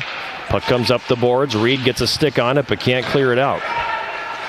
Now Evan Axel for the Jackets. Throws it rink wide on the right. Bergstrom to clear. That's going to stay in the zone. Behind the net now. Weimer. Throws it in from a sharp angle. The save made by Skorpic, and the rebound will carry him all the way down into the Dubuque zone as we pass the 10-minute mark of this second period. 2-0 Dubuque. Centering pass by Austin Paul had nothing on it after A.J. Reed dislodged the defender from the puck. And then we get a whistle and an offside call on Dubuque. There was a huge hit from A.J. Reed in the offensive zone, knocking the defender off the play.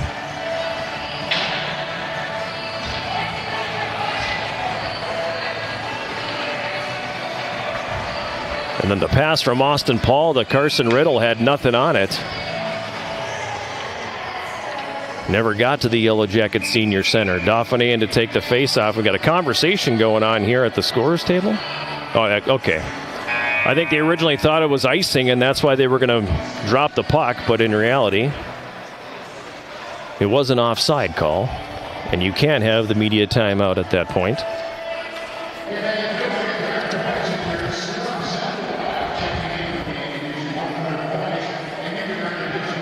If you can't get enough of the Yellow Jackets, then tune in to Eye of the Swarm, the official podcast of Yellow Jacket Athletics.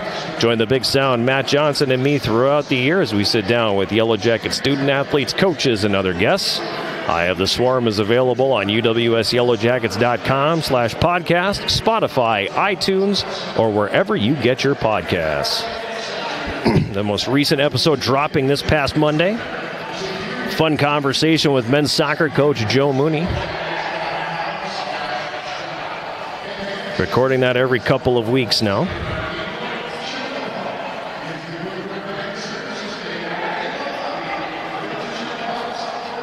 $9:50 remaining here in this second period. It's 2-0 Dubuque.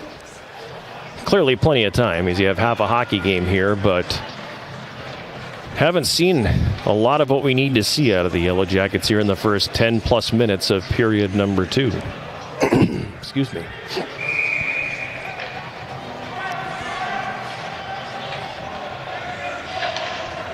Dauphiné in to take the face-off for the Yellow Jackets here. It's controlled by the Yellow Jackets. Check that, Dubuque has it now. Now Dauphiné gets it back left wing corner. He's tied up along the boards. Tried to work his way free but couldn't. It comes behind that. Larson giving chase, but Dubuque is going to clear. That's going to come all the way down. This time it will be an icing call.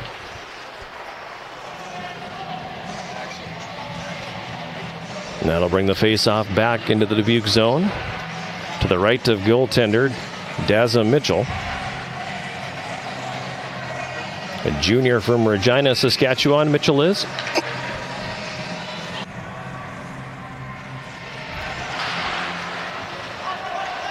Downey has it for Dubuque behind his net. He'll throw that up the middle. Tipped into the Yellow Jacket zone. Burfoot giving chase. Ryder has him wrapped up. Bench calling for a penalty, but it doesn't come. Now up top at the right point, over to the left. Downey shot tipped in front. Dauphiné scoops up the loose puck and gives it to Setter on the right wing. Back to Dauphiné. Dauphiné across the line with speed, cuts in. Dauphiné to the net, then never got the shot away, as he got poke checked at the last second, and Dubuque will clear. Bouncing puck in the neutral zone here. Now Downey has got it. He drops it off. Across the Yellow Jacket line, Borodienko shot. That catches traffic in front. Ryder back for Tuomioksa the other way. He's got to step on the defense. Tuomioksa pulls it to the backhand, and we're going to get a penalty call on Dubuque, as he got to step on the defense, and then he got hooked. And it's going to be a Yellow Jacket power play.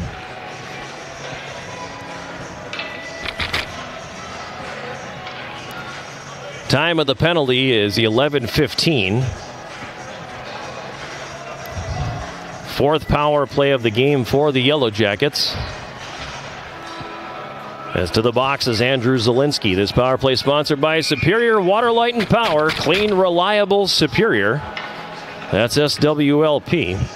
And hopefully the Jackets can capitalize here, but they don't win the face-off again. They're able to hold the zone. Gibbs at the right point. Left point, Brennan. In the high slot now, Gibbs. Over now, Reed. Shot taken. That hits Riddle in front. Up top, Gibbs. Feeds Brennan. Top of the left circle. They trade places. Brennan shot. That hits traffic in front. Gibbs pinching from the left point. Plays it behind the Dubuque net. The puck is free. Dubuque's going to pick it up. They go to clear. Yarmalnik holds at the left point. He walks, takes the shot, and misses high. Riddle on the right wing side. 30 seconds gone in the power play. Goes to throw the pass. And that's going to be blocked by Dubuque and played back into the Yellow Jacket zone. Brennan quickly up the left wing for Gibbs. Gibbs leaves it for Yarmalnik on the left wing. He gets knocked down. Up top, Brennan left point. Now behind the net, Roosevelt's got it.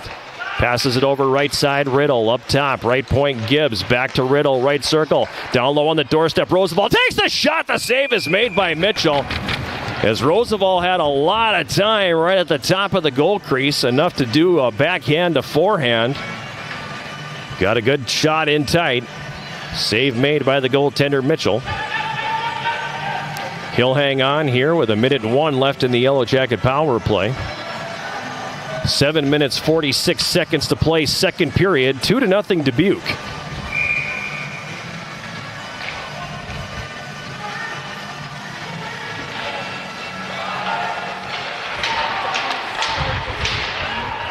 Ryder has it at the right point, pulls it off the boards, gives to Axel left circle, back up top for Ryder, who coughs it up. But the Jackets able to get it back. Now it does come out to neutral ice, and back the other direction is Jacober. Wilder Jacober across the line. Ryder breaks that one up. Has it poked off his stick in the neutral zone. 35 to go in the power play here. Ryder ahead now for Ishmael across the line. Ishmael goes back across the grain for Roosevelt, who fans on his pass. Able to get the puck back, but now it's tipped away from him, and that goes up into the Yellow Jacket bench. And a face-off coming here in the Dubuque zone.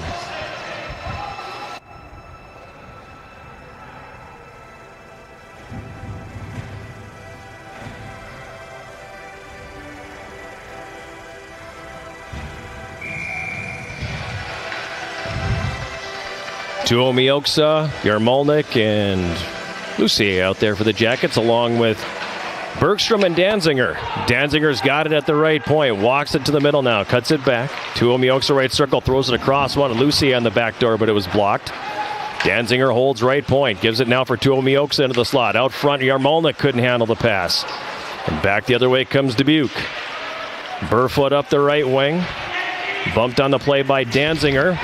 Danziger's got the puck and passes ahead for Yarmalnik, who gets chopped down in the neutral zone. Now Bergstrom for the Jackets plays it back into his own zone for Danziger. 6.5 to play, second period. 2-0 Dubuque. Jacket power play is probably the key to the game here, because they're 0 for 4. Now back the other way into the Yellow Jacket zone. Erstad, he's got a power play goal here for Dubuque in the second period. He's got it in the left wing corner. Jackets got to be careful here, because power play is 4-1 at this point. Yarmalnik tied up and can't clear the zone. Dubuque pushes it back into the left corner. Danziger there first, wraps that one around the boards, but it's going to be held in easily here by the Spartans. Borodienko out of the right corner. Nifty move, gets away from Lucier. He's got it in the slot now. Nikita Borodienko throws it back in front for Erstad. A shot and a pad save made there by Skorpic. Then the puck kicks right over the top of the net into the goal crease, and thankfully it went on the back of the net and got lodged. Not a lot of offense in this period. Shots only 5-4 favoring the Jackets here. 18-13 for the game. But they're trailing 2-0 and I think they feel like we got to pop one here before this second period ends. Zielinski with a shot from the right point that just goes wide. Now from the left angle, a shot taken that's blocked in front. Gibbs pinned to the end boards. Dauphiné in to help out. He digs it free. Tries to spin from a check, but he gets tied up. Now he does get loose. Gets it to Brennan. Now for Larson, rink wide feet on the right. This is Setter across the line. Setter with a long shot from the right wing, and a save is made. Rebound picked up, and that's going to be cleared back into the Yellow Jacket zone. Jordan Gibbs for the Yellow Jackets here. Gibbs to Brennan. Over to Gibbs on the left wing side, and he'll dump it in. The puck comes around behind the Dubuque net. Setter gets there into the right corner. He's tied up and can't get free. Now he's knocked down. The puck is underneath him. Dubuque will come away with it here. Nolan Underwood throws it to neutral ice. Brennan breaks it up, and he'll play it back in. Behind the net. Lissa back, sends it out to neutral. Bergstrom breaks it up. Setter's got it for the Yellow Jackets here, and he'll dump it back into the Dubuque zone. Lissa back giving chase. Plays it ahead on the right wing. Lockheach sends it in. Owen Hardy, right wing corner, Yellow Jacket zone. Riddle in there to help out. Puck worked up the boards. Larson's got it here for the Yellow Jackets, and he flips it into the Dubuque zone. Paul giving chase. Puck played back to neutral ice by Dubuque. Jackets have to rotate it at their own line and cough it up, but Skorpic able to recover it and move it back behind his own net. Owen Hardy on the wing. Jackets break that one up here as Reed gets it to neutral for Paul. Rink wide feed on the left for Riddle. The pass is behind him. Yellow Jackets forced to regroup once again. Now Axel. Ahead on the right wing, and Reed tips it in. The puck comes around to the left wing corner. Puck tied up along the boards.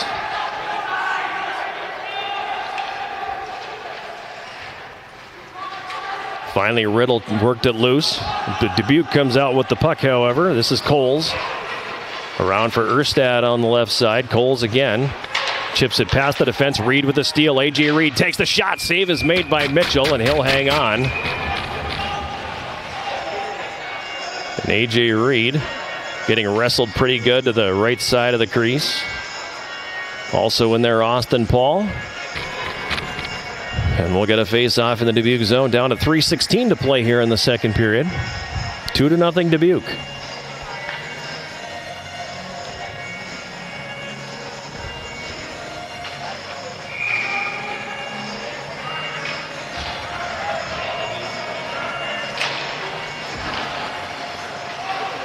Right wing corner, Dubuque zone now. Yarmolnik gets in on the forecheck. It comes around behind that to the left side. Ryder with a good pinch to hold. Now it's back around the boards again to the right wing corner. Tuomioksa leaving it for Yarmolnik. Quickly up top, Danziger takes a shot that goes over the top of the Dubuque net. Puck is loose. Left corner, now behind the goal. Zielinski. Alexei Zielinski. Played ahead on the right wing into the Yellow Jacket zone. Lucier threw it back up ice. It got broken up there. Dubuque dumps it back in. They have to tag up because they are very much offside. And the Yellow Jackets will slowly make their way out with 2.5 to go in the second. Ryder from the neutral zone flips it in. Downey from behind his net. Up the left wing, goes rink wide on the right for Burfoot. Dropped off for Dundas. Back to Burfoot now. Burfoot tried to center from behind the goal. Jackets break that one up, and Ryder flips it ahead. Puck comes down in the neutral zone here, and the Yellow Jackets back the other way, but puck got up on end and spun away from Tuo Mioksa. Now it's a 4-on-2 back the other direction. Klein feeds that one in front as going to the net was Borodienko, but the pass just missing. Penalty coming. It's going to be on Tyler Ryder. They're going to get him for taking down Alexei Borodienko behind the goal. And it's going to be a power play here for Dubuque.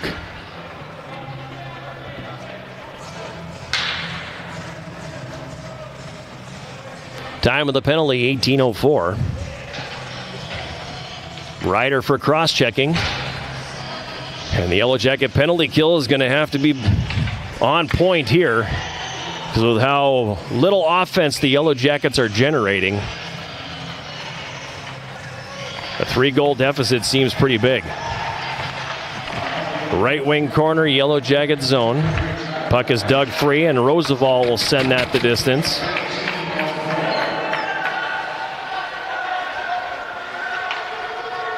Mitchell sets it up behind the net. Dundas carries it up the middle now, dropping it off. Downey, Weimer, and he'll send it in. Jackets get there first, go to clear. It's going to be knocked down by Klein on the left wing. Up top, Dundas. Downey right point. Right half board, Hardy. Klein off the right post. Yellow Jackets are able to clear that one all the way down. Ishmael giving chase along with Downey. Ishmael's going to get there first. He's tied up behind the net. Took 2 penalty killers with him there for a couple seconds, but now Dubuque back on the attack. Klein up the left wing. Borodienko across the line. He gets knocked off the play. Brennan goes to clear. There was too many on the ice right there, but Dubuque dodging the bullet. Now the puck back out in the neutral zone. Burfoot tipping that one ahead across the Yellow Jacket line. Borodienko, but a good job by Danziger to reach in and poke it away. Now the puck comes back up to the blue line. It's going to hop over the stick of Coles and come out into the neutral zone. He's poke checked there by Setter, who flipped it to the middle for Dauphiné, but he was tied up. Burfoot up the left wing into the Yellow Jacket zone. Poweski picks it up, left wing corner, 25 seconds left in the second period. Borodienko, right point, into the high slot. Back to Borodienko in the right circle. He'll stick handle. Carries it all the way up into the slot. Now back over Poweski. Borodienko one-timer. The shot save made. Rebound is there, and that's going to be stopped as well by Skorpic. Now Danziger picks up the loose puck and pushes it to the right wing corner. Puck is tied up along the boards, and that's pretty much where this period is going to end as the buzzer sounds, bringing the second period to a close. Dubuque will have 5 seconds of power play time. That's going to carry over into the third period. But at any rate, the Yellow Jacket penalty kill was able to survive that by and large. And it's good to see that half of the special teams holding up its end of the bargain, because the power play has been the story here tonight. The Yellow Jacket power play is 0 for 4. And that's one of those, you know you got to have it. But the power play just cannot seem to find a way to put the puck in the net. And here we are now with 1 period of hockey left. Jackets down 2, and that's a pretty big hill to climb when you consider how few quality scoring chances this Yellow Jacket team has had so far. 2 periods in the books at Westman Arena. It's 2-0. Dubuque has the lead. We'll take a timeout and come back with our second intermission, sponsored by Hovland Incorporated, right after this. This is Yellow Jacket Hockey on 91.3 KUWS Superior and Yellow Jacket TV, an affiliate of the WIAC Sports Network.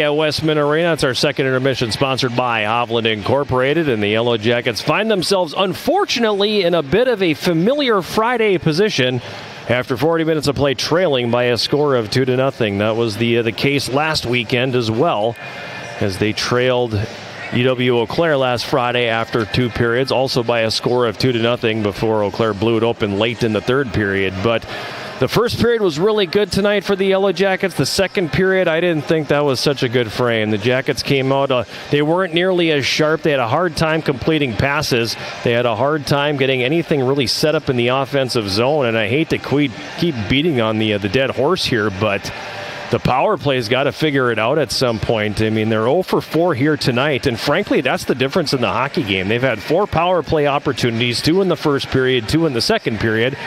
And they have 5 shots on goal to show for those 4 power play opportunities, but unfortunately they're still scoreless with the man advantage here. And this goes all the way back to the third game of the season when the Yellow Jackets were they had the power play. They had scored a power play goal in each of the first 3 games, and they haven't found the back of the net with the power play since then. And so now that streak is 21 consecutive man advantage opportunities where the Yellow Jackets have not scored a goal. And I'm guessing with the 0 for 4 so far here tonight, they are now had dipped below 10% for the full season on the power play. So the power play is going to have to figure it out here. The penalty kill has given up a power play goal for the 3rd consecutive game. And that's the difference in the hockey game here. The Jackets are losing the special teams battle. They were down 1-0 after 1. Zach Burfoot scoring at 14:34 as the Jackets turned one over in their own zone and kind of lost track of Burfoot in the slot. And a lot of credit to Dubuque for the way that they played that forecheck, the way that they made that play behind the net, and have Burfoot wide open, and he gets the puck between the circles and buries it into an open net to make it 1-0. That was, again, 14:34 of the first period, rather. And then they made it a 2-0 game at 2:47 of the second period. A power play opportunity, their first and only, at that point, the only power play of the game they'd had at that point. And they got the puck in the offensive zone, won the face-off, and just moved it around very quickly. Max Erstad got the puck to the right of the net and tucked it in the far post, so he actually shot it around Jan Skorpik to the far post for his second goal of the season. Nikita Borodienko and Jack Poweski had the assists, and that's where we stand after 40. Jackets trailing 2-0. Shots in the second period, the Yellow Jackets 7 for a 2-period total of 20. Dubuque had 7 for a 2-period total of 16. Penalties in the game so far, the Yellow Jackets have taken 2 penalties for 4 minutes. Dubuque has taken 4 penalties for 8 minutes. And the Yellow Jackets on the power play again, 0 for 4 with 5 shots on net. Dubuque is 1 for 2, 2 shots on net, and they do have 5 seconds of power play time that is going to carry over into this third period. So it hasn't been the best hockey game here for the Yellow Jackets. And, looking at Fridays here, if I do some quick thinking back, going back to the St. Scholastica Friday game 2 weeks ago, the Jackets scored in the first period of that one and didn't score again in the hockey game. So that puts us at 7 periods. The last 7 periods of hockey on Friday nights that the Yellow Jackets have not scored a goal in. And let me see, that would be 140 minutes, 150 minutes and 42 seconds. That's how long it's been since the Yellow Jackets have scored a goal on a Friday. That's one of those useless stat nuggets that I'm able to dig up here. But it's significant because you start mapping out how everything has gone here. And, they're gripping the sticks a little bit tight, and they probably should be. They're down 2. They got to find a way to score one here in the first 5 minutes. And frankly, they have to start just putting every single thing on net. Dubuque is doing a really good job of clogging the middle. They're taking away passing lanes. They're taking away shooting lanes. And they're selling out to block shots. They're getting sticks in the shooting lanes. They are doing everything they need to do to prevent pucks from getting to the net. The Yellow Jackets have had 14 shots blocked so far here tonight, and definitely are going to have to figure out a way to get some pucks through and start doing some of those things that they were able to do last weekend, because time is getting late early here, which I guess is a good way to put it, as they are down by 2-0 after 40 minutes of play. We'll take a timeout and come back with more of our second intermission programming, sponsored by Hovland Incorporated, right after this. This is Yellow Jacket Hockey on 91.3 KUWS Superior and Yellow Jacket TV, an affiliate of the WIAC Sports Network.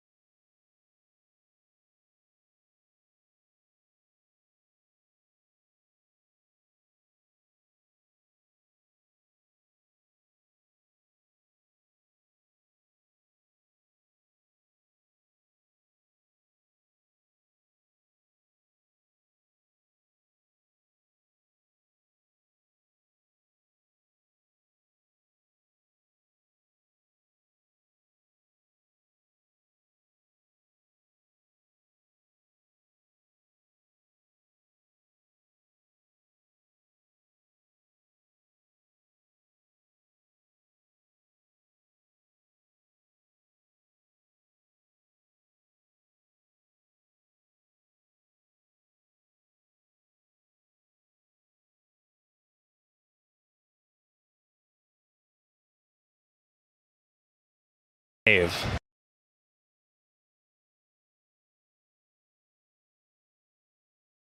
minutes away from the start of this third period. The Yellow Jackets trailing Dubuque 2-0 after 40. Jackets got to figure out a way to get some pucks through these bodies in front of the net and hopefully solve goaltender Dazza Mitchell, who's made 20 saves so far here this evening. Whoever wins this one here tonight will advance to the championship game of the 2025 Superior Showdown, where they will take on Lawrence University. Lawrence is advanced to the championship game with a 5-0 win over St. Scholastica today. That game at 4 o'clock this afternoon at Westman Arena, and St. Scholastica came out and had a slow start to the first period, carried the play in the middle of the period, and then had a slow finish to the first period and gave up a goal late, and that was all that they needed to put everything out of reach, unfortunately, for St. Scholastica. And they end up falling today 5-0, so they will be in the consolation game tomorrow, a 3 o'clock face-off here at Westman Arena.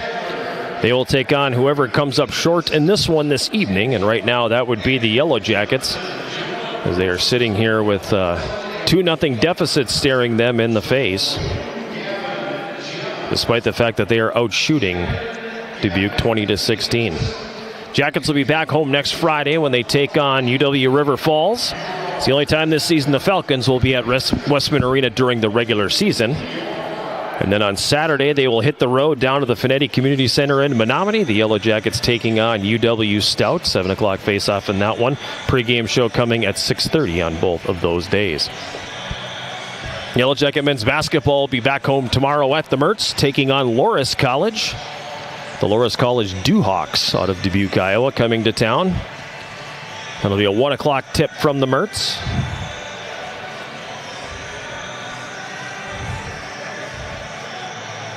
And then the Yellow Jacket women's hockey team will take to the road this weekend. They'll leave tomorrow to take on St. Norbert College. The St. Norbert women's team ranked number 7 in the country in both national polls. There'll be a 7 o'clock face-off tomorrow and then a 2 p.m. face-off on Sunday. The Yellow Jackets, meanwhile, still ranked in the national polls. They are number 12 on D3 Hockey News and number 13 on USCHO. But that ranking, I think, is tenuous here tonight with what's going on here. If the Jackets cannot find a way to win this one, I think that would probably be the end of them in the national polls for a little while. Maybe they can climb their way back in, but at any rate, right now, the Jackets got to figure out a way to get some pucks in the net here, because Fridays have not been kind to this Yellow Jacket club, and they find themselves down after 40 minutes once again, trailing Dubuque 2-0. We'll take a timeout, come back with the start of the third period right after this. This is Yellow Jacket Hockey on 91.3 KUWS Superior and Yellow Jacket TV, an affiliate of the WIAC Sports Network.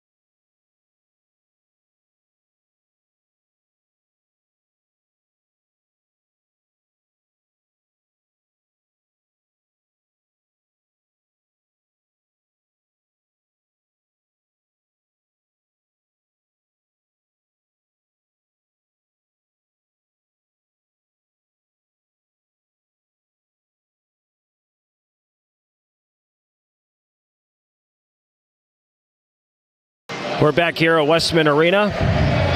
About a minute away from the start of this third period. The Yellow Jackets trailing Dubuque 2-0. On the season, when the Jackets trail after 2, they're 0-2.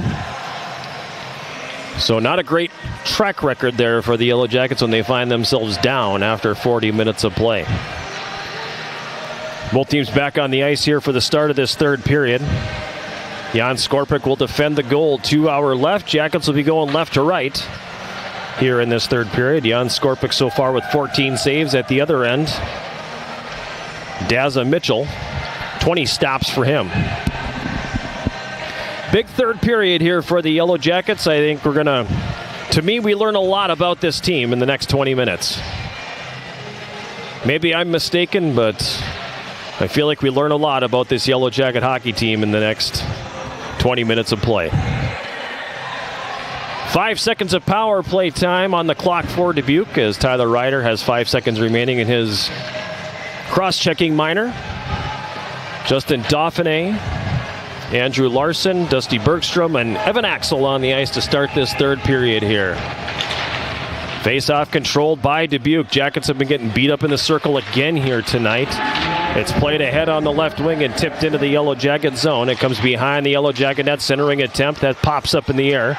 And back the other way now up the right wing, Blake Setter. Setter for the Yellow Jackets across the Dubuque line. Floats a long shot in toward the goal. That's going to be gloved and held by Mitchell.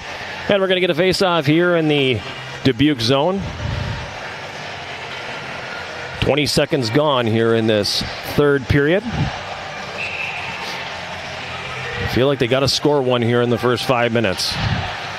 Axel, right point, fakes the shot, goes to Bergstrom, back to Axel. He's got no place to go but the left corner. Now behind the net, Setter spun into a check and lost the puck. Dubuque's going to clear. Get ready to hear that a lot tonight. Dubuque, I think, is going to clear the puck a lot the rest of the way here and throw it down any chance they get. Just get it deep, get it out, and then get on the forecheck, and that's what they're doing right now. A shot from the left point by Coles hits a skate. The rebound comes over to the right side. Jackets are just a step slow on everything right now. Puck came all the way down. Mitchell sets it up. Larson overskates the puck that was lying right there. It's cleared back into the neutral zone now. Yarmalnik has it here.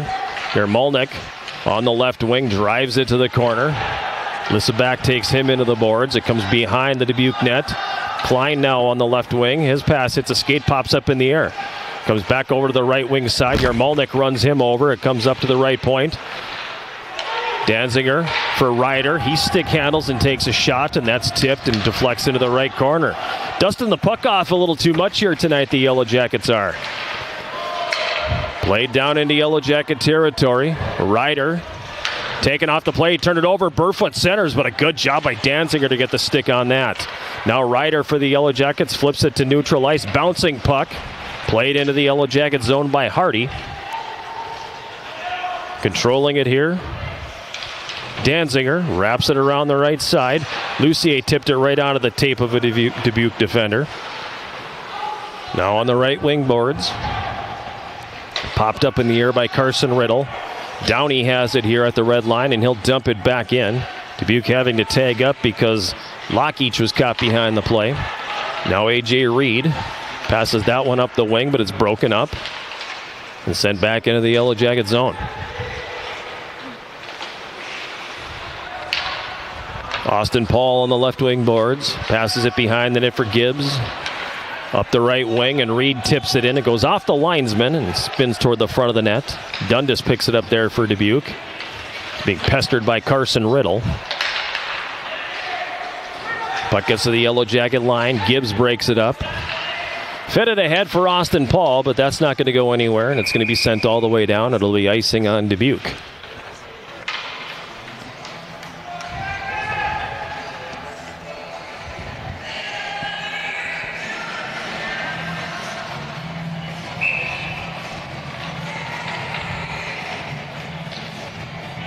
St. Norbert has opened up a 5-1 lead over Eau Claire. So Eau Claire scored first, and then St. Norbert took care of business after the bat. Back the other way now, Owen Hardy for Dubuque. One-on-one, the shot and the save is going to be made by Skorpic.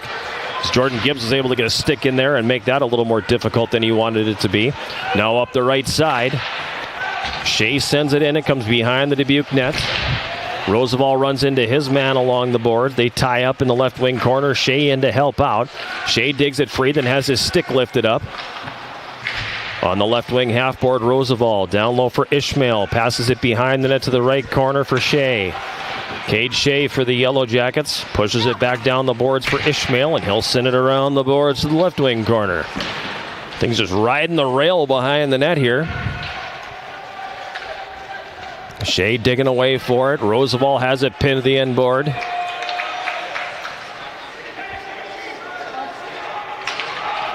Now it's worked free. Shea for the Yellow Jackets. Had it at the top of the left circle and turned and shot. That got blocked. And that's going to be cleared back the other way. It gets past Bergstrom down into the Yellow Jacket zone. Wentworth for Dubuque giving chase.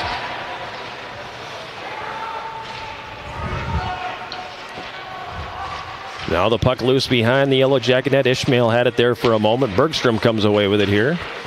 Passes that one ahead. Setter passes a little behind him, so he had to try to poke it ahead and couldn't do that. And it comes back down into Yellow Jacket territory, and that's going to be an icing call on Dubuque.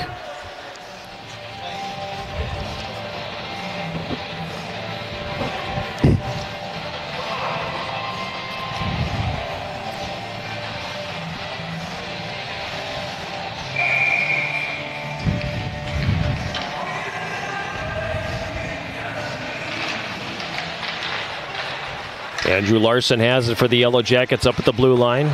Goes down low for Setter. Now behind the net, Dauphiné. He mishandles. And Dubuque goes to clear. Larson knocks it down. In the neutral zone, Dauphiné has got it back. He comes in on the right wing. Justin Dauphiné driving his way down to the end boards. Pulls up in the right wing corner. Comes out with it. Takes the shot that hits traffic in front. Puck kicks up to the blue line. Ryder sends it down low. Setter turns and fires, and that hits the outside of the net.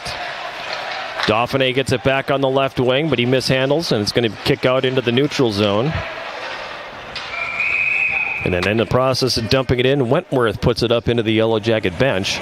Now we'll get a neutral zone face-off here. 14:55 to go here in this third period. Shots 21-17 favoring the Yellow Jackets, so that means each team has one here in the third.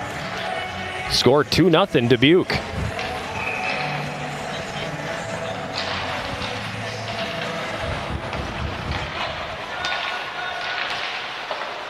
At center, Burfoot plays it across the Yellow Jacket line, but it's turned over. Jackets back the other way now. Tuomioksa on the right wing, hits the brakes, sends it across, hits a skate, comes to the left side of the net, and Yarmolnik couldn't get a stick on that. Now up top, Brennan, stick handles, top of the left circle, takes the shot, it gets blocked. Brennan gets it back, but it's poked off his stick and comes back to center ice. Now Gibbs' pass is going to miss everybody and come back into Dubuque territory. Taken here by Downey. He'll throw it up the middle for Burfoot. Jackets intercept. Tuomioksa up the left wing with speed. Takes the shot left circle. Fed it out front, I should say. Goes off the stick of Lucier. Dubuque back the other way. Burfoot across the line. A shot. Saves Skorpik. Now Brennan for the Jackets. Wanted to go behind his net. It hits the referee. It comes now around the left side this time. Tuomioksa gets bumped. Dubuque regaining control. Now Brennan gets it back behind his net. Check that. He lost the puck.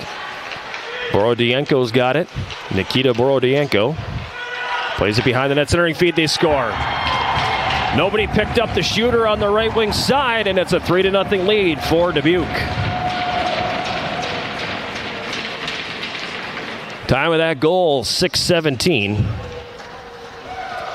It's going to be Zach Klein who gets it. His third.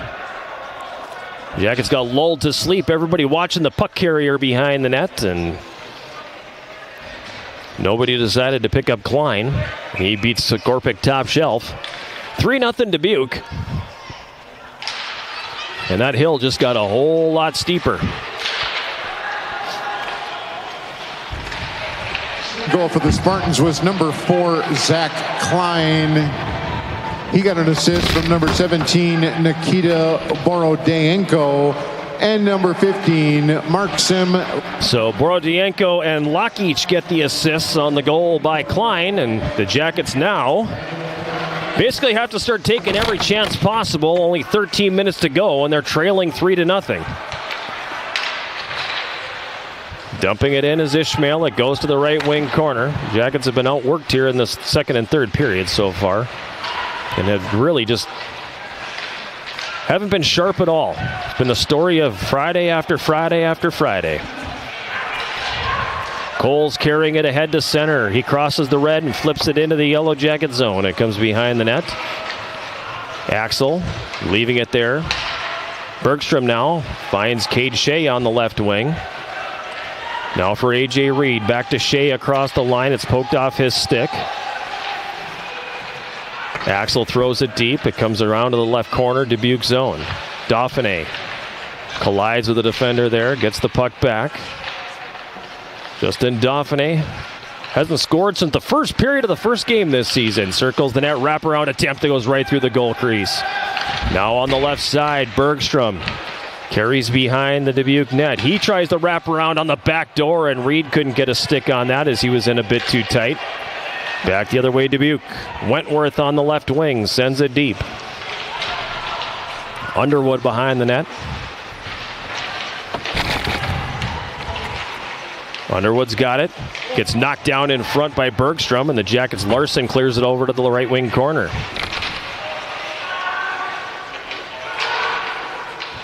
Now Dauphiné from behind his net. One-hand backhand pass up the wing for Reed. He throws it rink wide on the left and nobody in particular. No icing on the play. Jesse English has it here, and he'll throw that into the middle. Brock Weimer dumps it into the Yellow Jacket zone. It's loose behind the net. Jackets come away with it here, and Lucier sends it ahead to center. That one doesn't connect with anybody. It's played back to the Yellow Jacket blue line for Ryder. Up the wing for Larson, and he sends it into the Dubuque zone. Now here's a steal. Lucier in the slot. Takes the shot, and Mitchell makes the save. So Zach Lucier with the steal.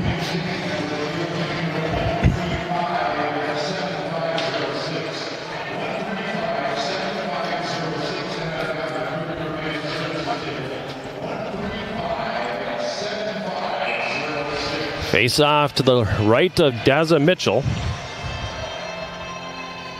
11:04 remaining in the third. It's 3-0 Dubuque. Time is very critical for the Yellow Jackets here right now. Ryder in the high slot takes the shot. That one deflected just wide. Tuomioksa with a shot from a sharp angle goes right through the goal mouth. DeVoe wrestling his man off the play. Meanwhile, back the other way, Burfoot for Dubuque. Zach Burfoot in the high slot. Klein takes the shot. It's blocked. Burfoot gets it back. A shot that's going to miss wide. Klein centers. Borodienko, who's got three helpers today, hits the outside of the goal. It comes back up top. At the right point, a long shot's going to miss wide. Now the puck comes to the left wing corner. Borodienko feeder that one right out front. Tuomioksa with the interception. He's going to back it up and bank it off the right wing boards. This is Lucier across the Dubuque line. Tried to center, it was blocked. Danziger on the right wing boards has it. Danziger centering pass out of the reach of Tuomioksa. Now we're going to have a puck coming back the other way. Klein in the center face-off circle loses the puck. Danziger has it here. Then he blows a tire. Gets back up, still has the puck. And Ishmael will start it up the right wing. Under 10 minutes to play here, third period. And what has been another disappointing Friday performance for the Yellow Jackets. Roosevelt.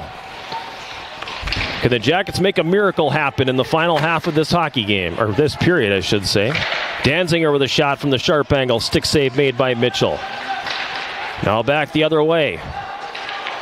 Headman pass for Owen Hardy, who snuck behind the defense.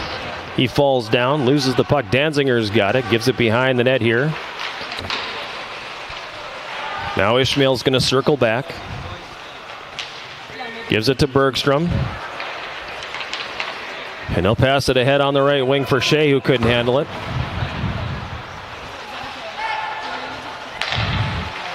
Ryder for Axel.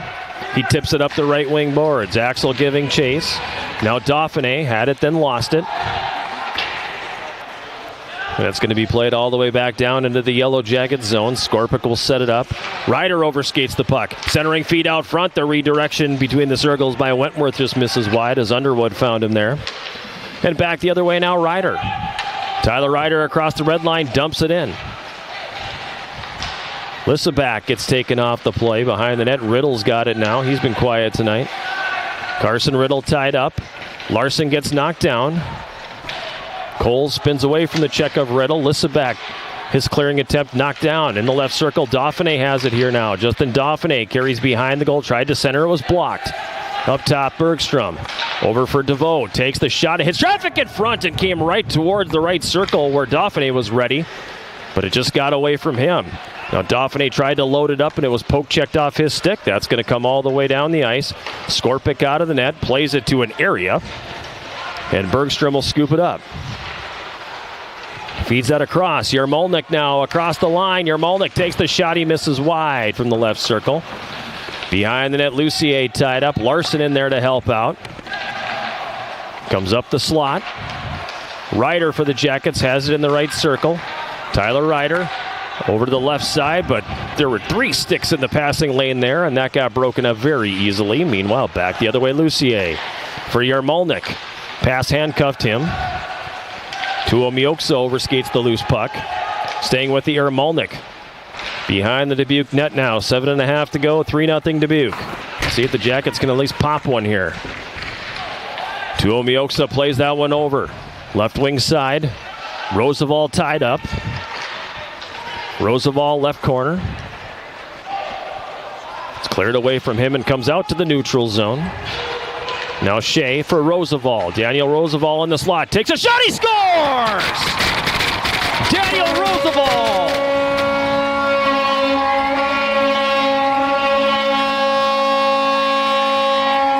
Roosevelt gets the puck between the circles and hammers a shot past goaltender Daza Mitchell, so the shutout is by the boards. Time of that goal, 13:02.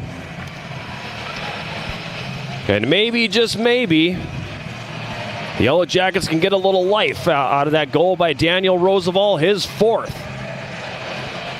Still plenty of time, but I feel like they got to pop another one here in the next minute or two. On the right wing, Roosevelt dumps it into the Dubuque zone. Behind the net, Downey up for Klein on the left wing. And he'll throw a rink wide. Dundas picks it up at the red line and sends it in. DeVoe giving chase. Isaac DeVoe for the Yellow Jackets feeds Roosevelt on the right wing. It's poked off his stick. Puck comes back out into the neutral zone and down into Dubuque territory. Dundas pressured there by Ishmael. Nearly a turnover there, but able to recover is Borodienko. Now Ishmael on the left wing. Played that one back, but it doesn't connect. Puck comes out. And Dubuque's Burfoot flattened by DeVoe, but it results in a 2-on-1 the other way. Borodienko carries, fires, and it scores. Nikita Borodienko waited out everybody. And that didn't last long. Less than a minute, 13:55, the time of the goal by Nikita Borodienko, his 4th. 4-point game for him. Burfoot will get one of the assists. We'll wait on the second one, and I have a feeling that's the nail in the coffin right there. Fans start to head for the doors.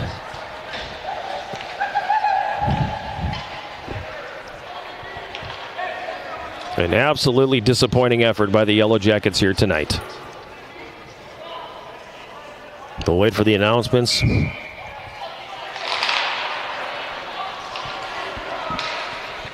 Six minutes to go here in the third. 4-1 Dubuque. Man, these the Yellow Jackets scored a goal tonight. We got that going for us. Dauphiné through center into the Dubuque zone with speed. Dauphiné gets a stick on him at the last second. Now he's got it, played it down the boards, but that's going to be picked off. Number 9, Dan Roosevelt. That's Roosevelt getting the goal at 13:02. And scoring the goal for Dubuque at 13:55 was number 17, Nikita Borodienko. He got an assist from number 13, Zach Burfoot. So Burfoot the lone assist, and give him credit because he got absolutely flattened by Isaac DeVoe, and he stayed up and made the play.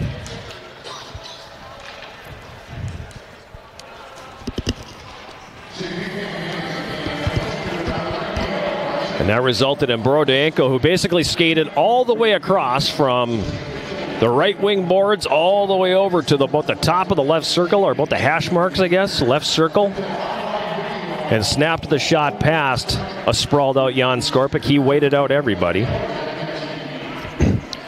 Yellow Jacket fans get the same gear the Yellow Jackets wear by visiting the Yellow Jacket Sideline store. Browse the latest styles of gear, including shirts, shorts, sweatshirts, outerwear, and more. Yellow Jacket Sideline store can be found at uwsyellowjackets.com/shop. It's disappointing for a number of reasons, but you finally got a goal. You gave people something to cheer about. And then 53 seconds later, you give it right back.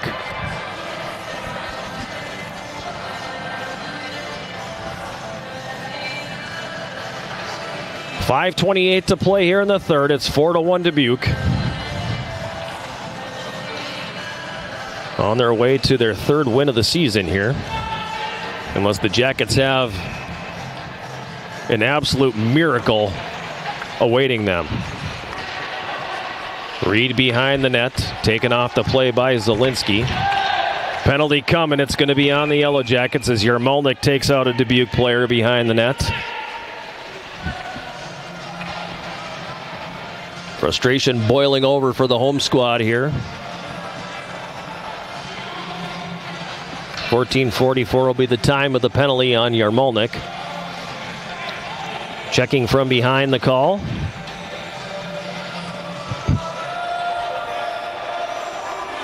So that should really just about do it here. Third power play for Dubuque. 5:16 left, and the Yellow Jackets are going to be killing for at least two of that. And for the third Saturday in a row, we're going to be ready to have an all-time interview with Coach McKenna tomorrow. Coles at the left point for Dubuque, over to the right point. Now back to Coles. He coughs it up, but Carson Riddle couldn't get a stick on that puck. Now Riddle does have it here, and he'll flip that high in the air. Into the Dubuque zone. Mitchell gloves. Shea giving chase. And Poweski will start it back the other way. Across the Yellow Jacket line, Burfoot drops it off. It comes in toward the goal, kicked away by Skorpic. Borodienko works it to the front of that. He gets taken down. Penalty coming. It's going to be Carson Riddle. The power play is going to be a 5-on-3.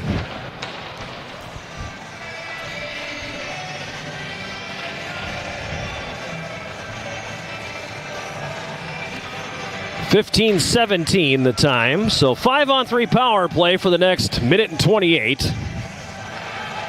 And all the credit in the world to Dubuque. They came in and played a whale of a game tonight. And Nikita Borodienko was the best player in the rink all day long. Ishmael pokes that out to the neutral zone. Borodienko has it now. His pass hits a teammate.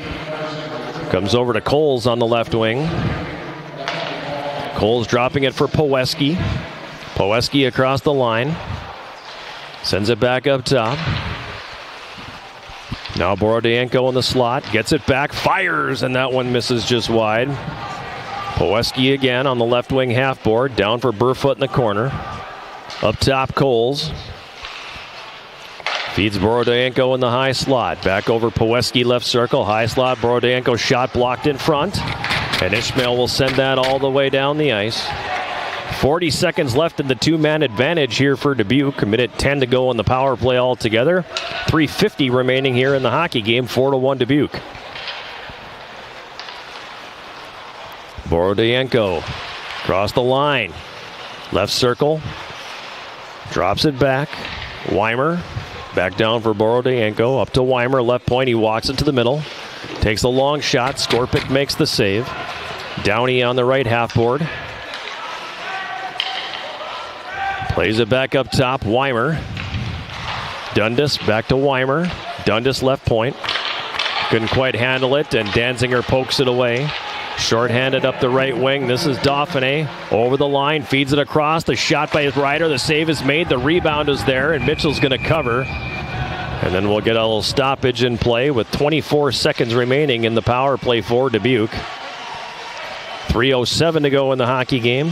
4-1 Dubuque.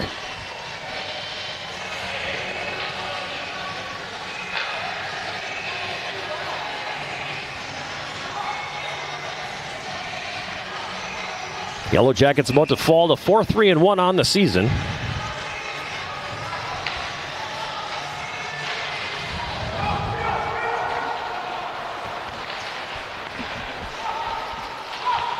Wentworth carries it up the left wing into the Yellow Jacket zone, throws it across. Underwood sends that back up top. Shot from the left point blocked by Ishmael. It's going to come all the way down the ice. Zielinski pressured by Roosevelt, left corner. It comes behind the net to the right corner. Penalized player back on, so the Yellow Jacket PK takes care of business there. Jan Skorpik making his way to the bench, extra attacker jumping on. At this point, why not? Bergstrom pulls it to the middle and fires. That's blocked. Zielinski gets a piece of that in front and deflects it over the glass and into the netting. Down to 2:27 to play here in the third.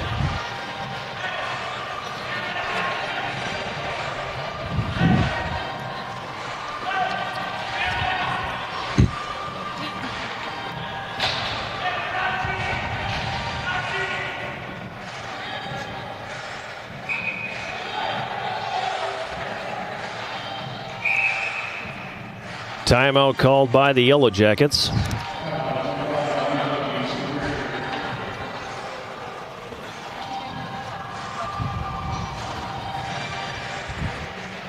.227 remaining. Jackets will leave Skorpik out of the net. Down 3. Final countdown. That's a good choice there, Kate.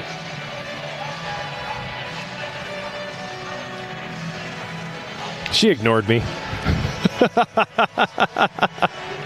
She's so in the zone on that music computer right now.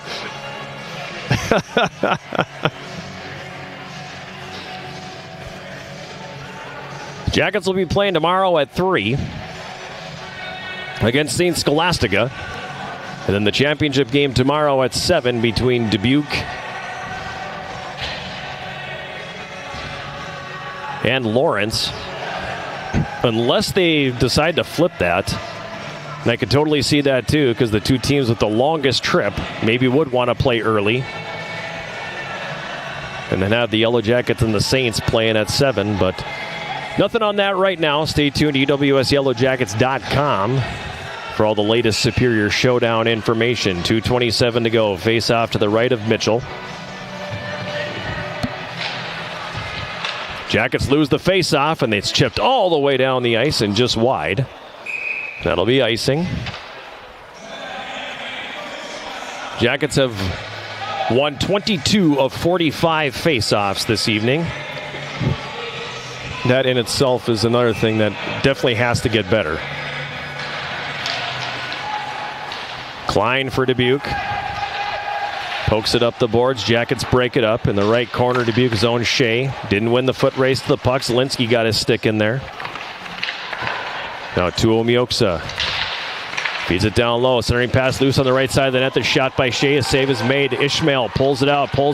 Feeds it across and puts a pass into the skates of Lucier. He would have had a wide open net, but the pass can't hit him on the tape. Now Ryder in the high slot gets chopped down. Gives it off to Axel.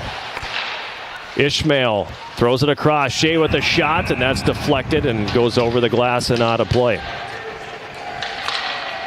Now, I'll give Dubuque all the kudos here tonight. They've played a whale of a game. That was their 21st block shot of the night. 21 blocks. That is not an insignificant statistic. Jackets win the draw. Ryder at the right point. Throws it to the right corner. Tuomioksa, he's been good tonight. If I have to find one positive for this Yellow Jacket team, it's probably his play. He throws a great pass across the goal mouth for Lucier. It's like he wasn't ready for it. Now it comes over to the right corner. Tuomioksa. Ishmael up top for Ryder. He takes a shot that goes over the top of the net. Right wing corner, Ishmael, 75 seconds to play. Comes up top for Ryder. Back to Ishmael in the right half board. Down low, Tuomioksa. Centering feed out front, blocked by Borodienko. He tries to throw that one all the way down the ice, bidding for his second of the night. And finally, Dubuque will relieve the pressure and clear. Tyler Ryder kicks it.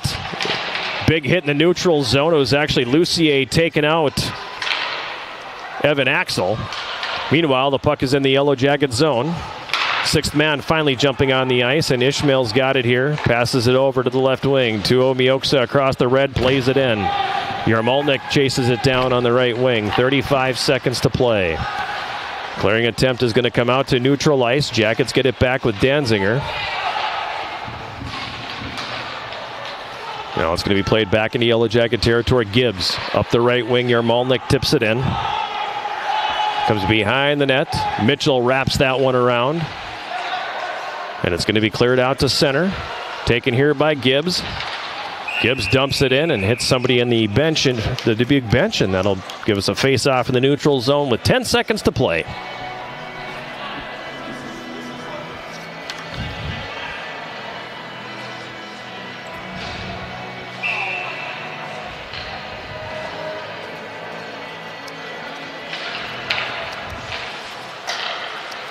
Riddle on the right wing sends it in. That's intercepted, and it'll be sent all the way down. And that's going to do it.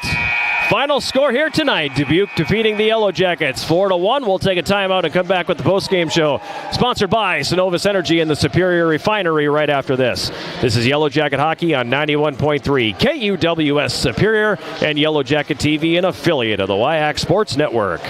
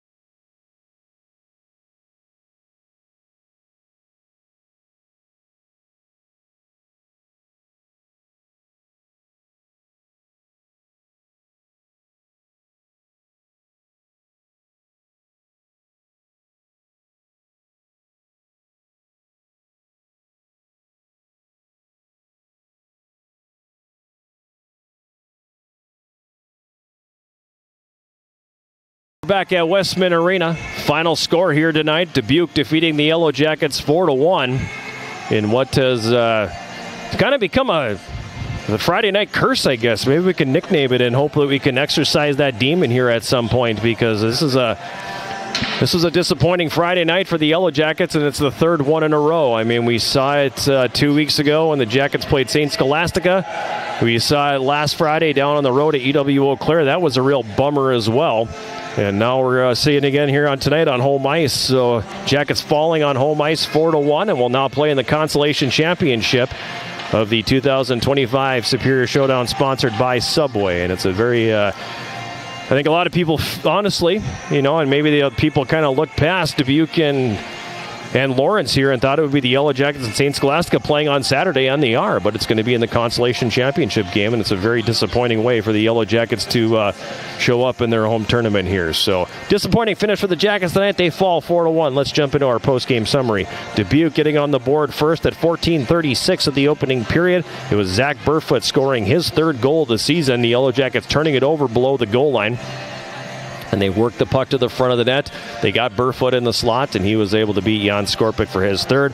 Nikita Borodayenko and Zach Klein got the assist. 14:36 of the opening period, and it was 1-0 Dubuque at that point. Shots in the first period favoring the Yellow Jackets at 13-9. In the second period, the Yellow Jackets again had some power play opportunities, and again that power play unable to come through. 0 for 4 tonight, 0 for 4 in the first two periods, and an chance where they can actually set the tone and get some offense going for this club. They just aren't able to generate anything offensively at that power play, and are now 0 for their last 21 after this game here tonight. So in the second period, Dubuque was able to get an early power play of its own, and they capitalized in a very short order. They only needed 18 seconds of power play time before it was Max Erstad getting the puck right side of the net, and he kind of tucked a shot around Jan Skorpik off the far post and in for his second of the season. Borodayenko and Jack Paweski got the assist. 2-0 Dubuque at that point. It stayed that way through the end of the second period. Shots on goal in that second period, the Yellow Jackets had 7 for a two-period total of 20. And Dubuque had 7 for a two-period total of 16. The real nail in the coffin for the Yellow Jackets, and I said this several times during the broadcast here tonight, that I felt like they needed to score something in the first 5 minutes of that third period. You're only down 2. You needed to come in, you needed to score something in the first 5 minutes, and then hopefully be able to chip your way back into the game. But instead, they didn't get the early goal. They coughed one up later on in the period. Excuse me. They got mesmerized by the puck in the defensive zone, and Dubuque was able to find Zach Klein in the slot, and he beat Skorpik up high for his third goal of the season. Nikita Borodayenko had an assist, and Maxim Lakic had an assist on that one as well, as that was at 6:17 of the third period. 3-0 Dubuque at that point, and that's where you kind of got the feeling, okay, this isn't going to go the Yellow Jackets' way, because they were not generating high-quality opportunities at all in the hockey game. I think I really only got excited a couple times with the way the play was in the offensive zone, and it just seemed like this was not going to be one that was going to go their way. But they were able to finally get something on the board, and that came at 13:02 of the third period, and it seems like the guy who's been in the middle of it all season long, Daniel Roosevelt, getting credit for it, his fourth. It was an unassisted goal at 13:02, and that made it a 3-1 game.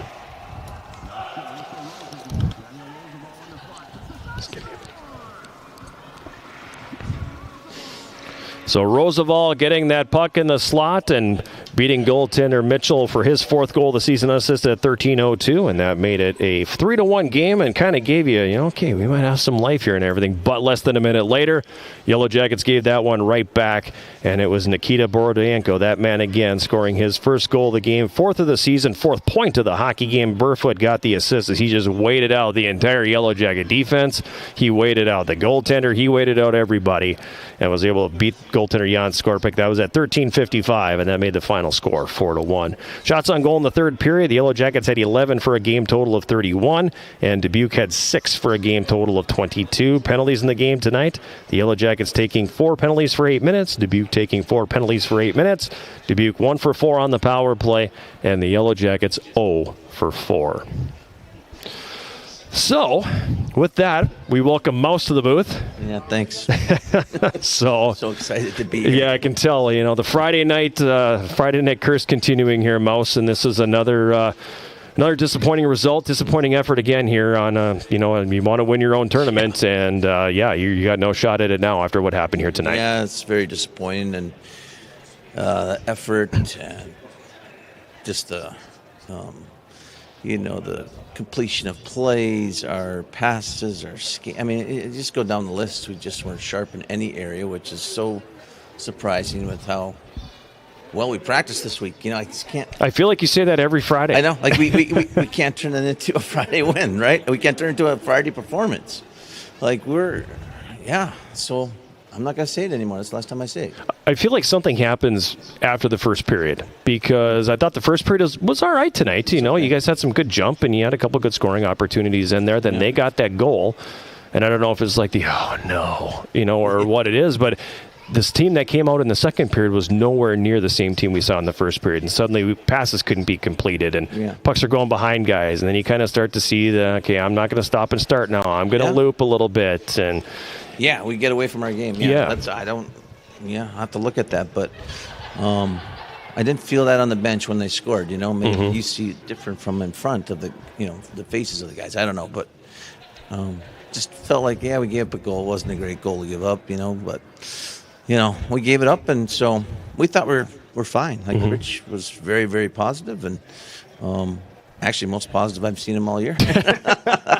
After the first. I know I won't have that in the pregame show tomorrow. There's no doubt about that. As third consecutive Friday loss here. So, but I just felt. I'm sorry to interrupt. No, go ahead. I just felt, from our defensive standpoint, our defenseman play was maybe the worst I've seen in a long time.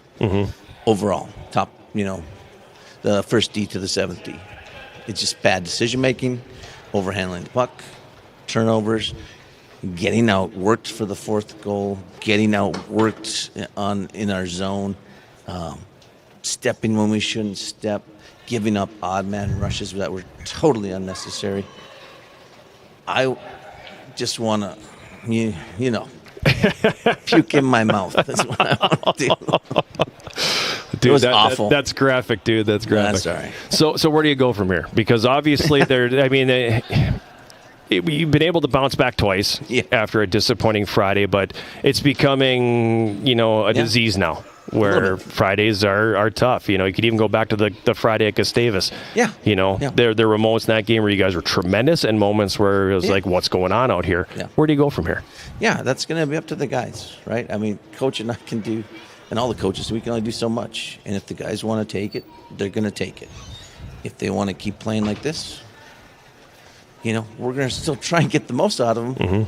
But I hate to tell you, those are the guys that play on Friday nights, and I wish I could, but my shifts are done for my life. I could maybe give you one. No, I don't want it anymore. I couldn't make it. But, so that's the reality that our leaders, all the guys in that locker room have to make that commitment. And we're trying everything to get that out of them. Like you said, somehow we have a magical Saturday morning meeting, and we have a great Saturday night. Hopefully now we got a 3:00 game. We'll see who shows up tomorrow.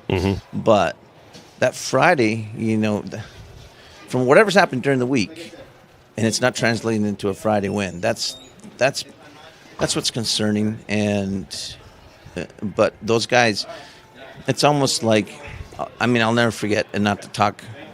When we won with the Wilderness back in 2014, 15, 10 years ago, we lost the first two games in the playoffs, right? We went on to win the cup. And we had a week before our next game.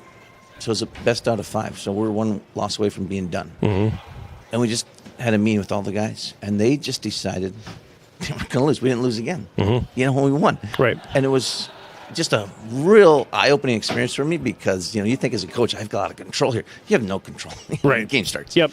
And those guys made the decision, we're going to do it, and nothing's going to stop us. And, well, that's what's going to happen. Here's to hoping that the guys in that room make that decision then, Last year, that's kind of the team took it from there. And I talked about that a little bit in the pregame today because this is very similar to last year's start. Yeah. Where win one, lose one, win one, lose one, win one, lose one, and then win 9.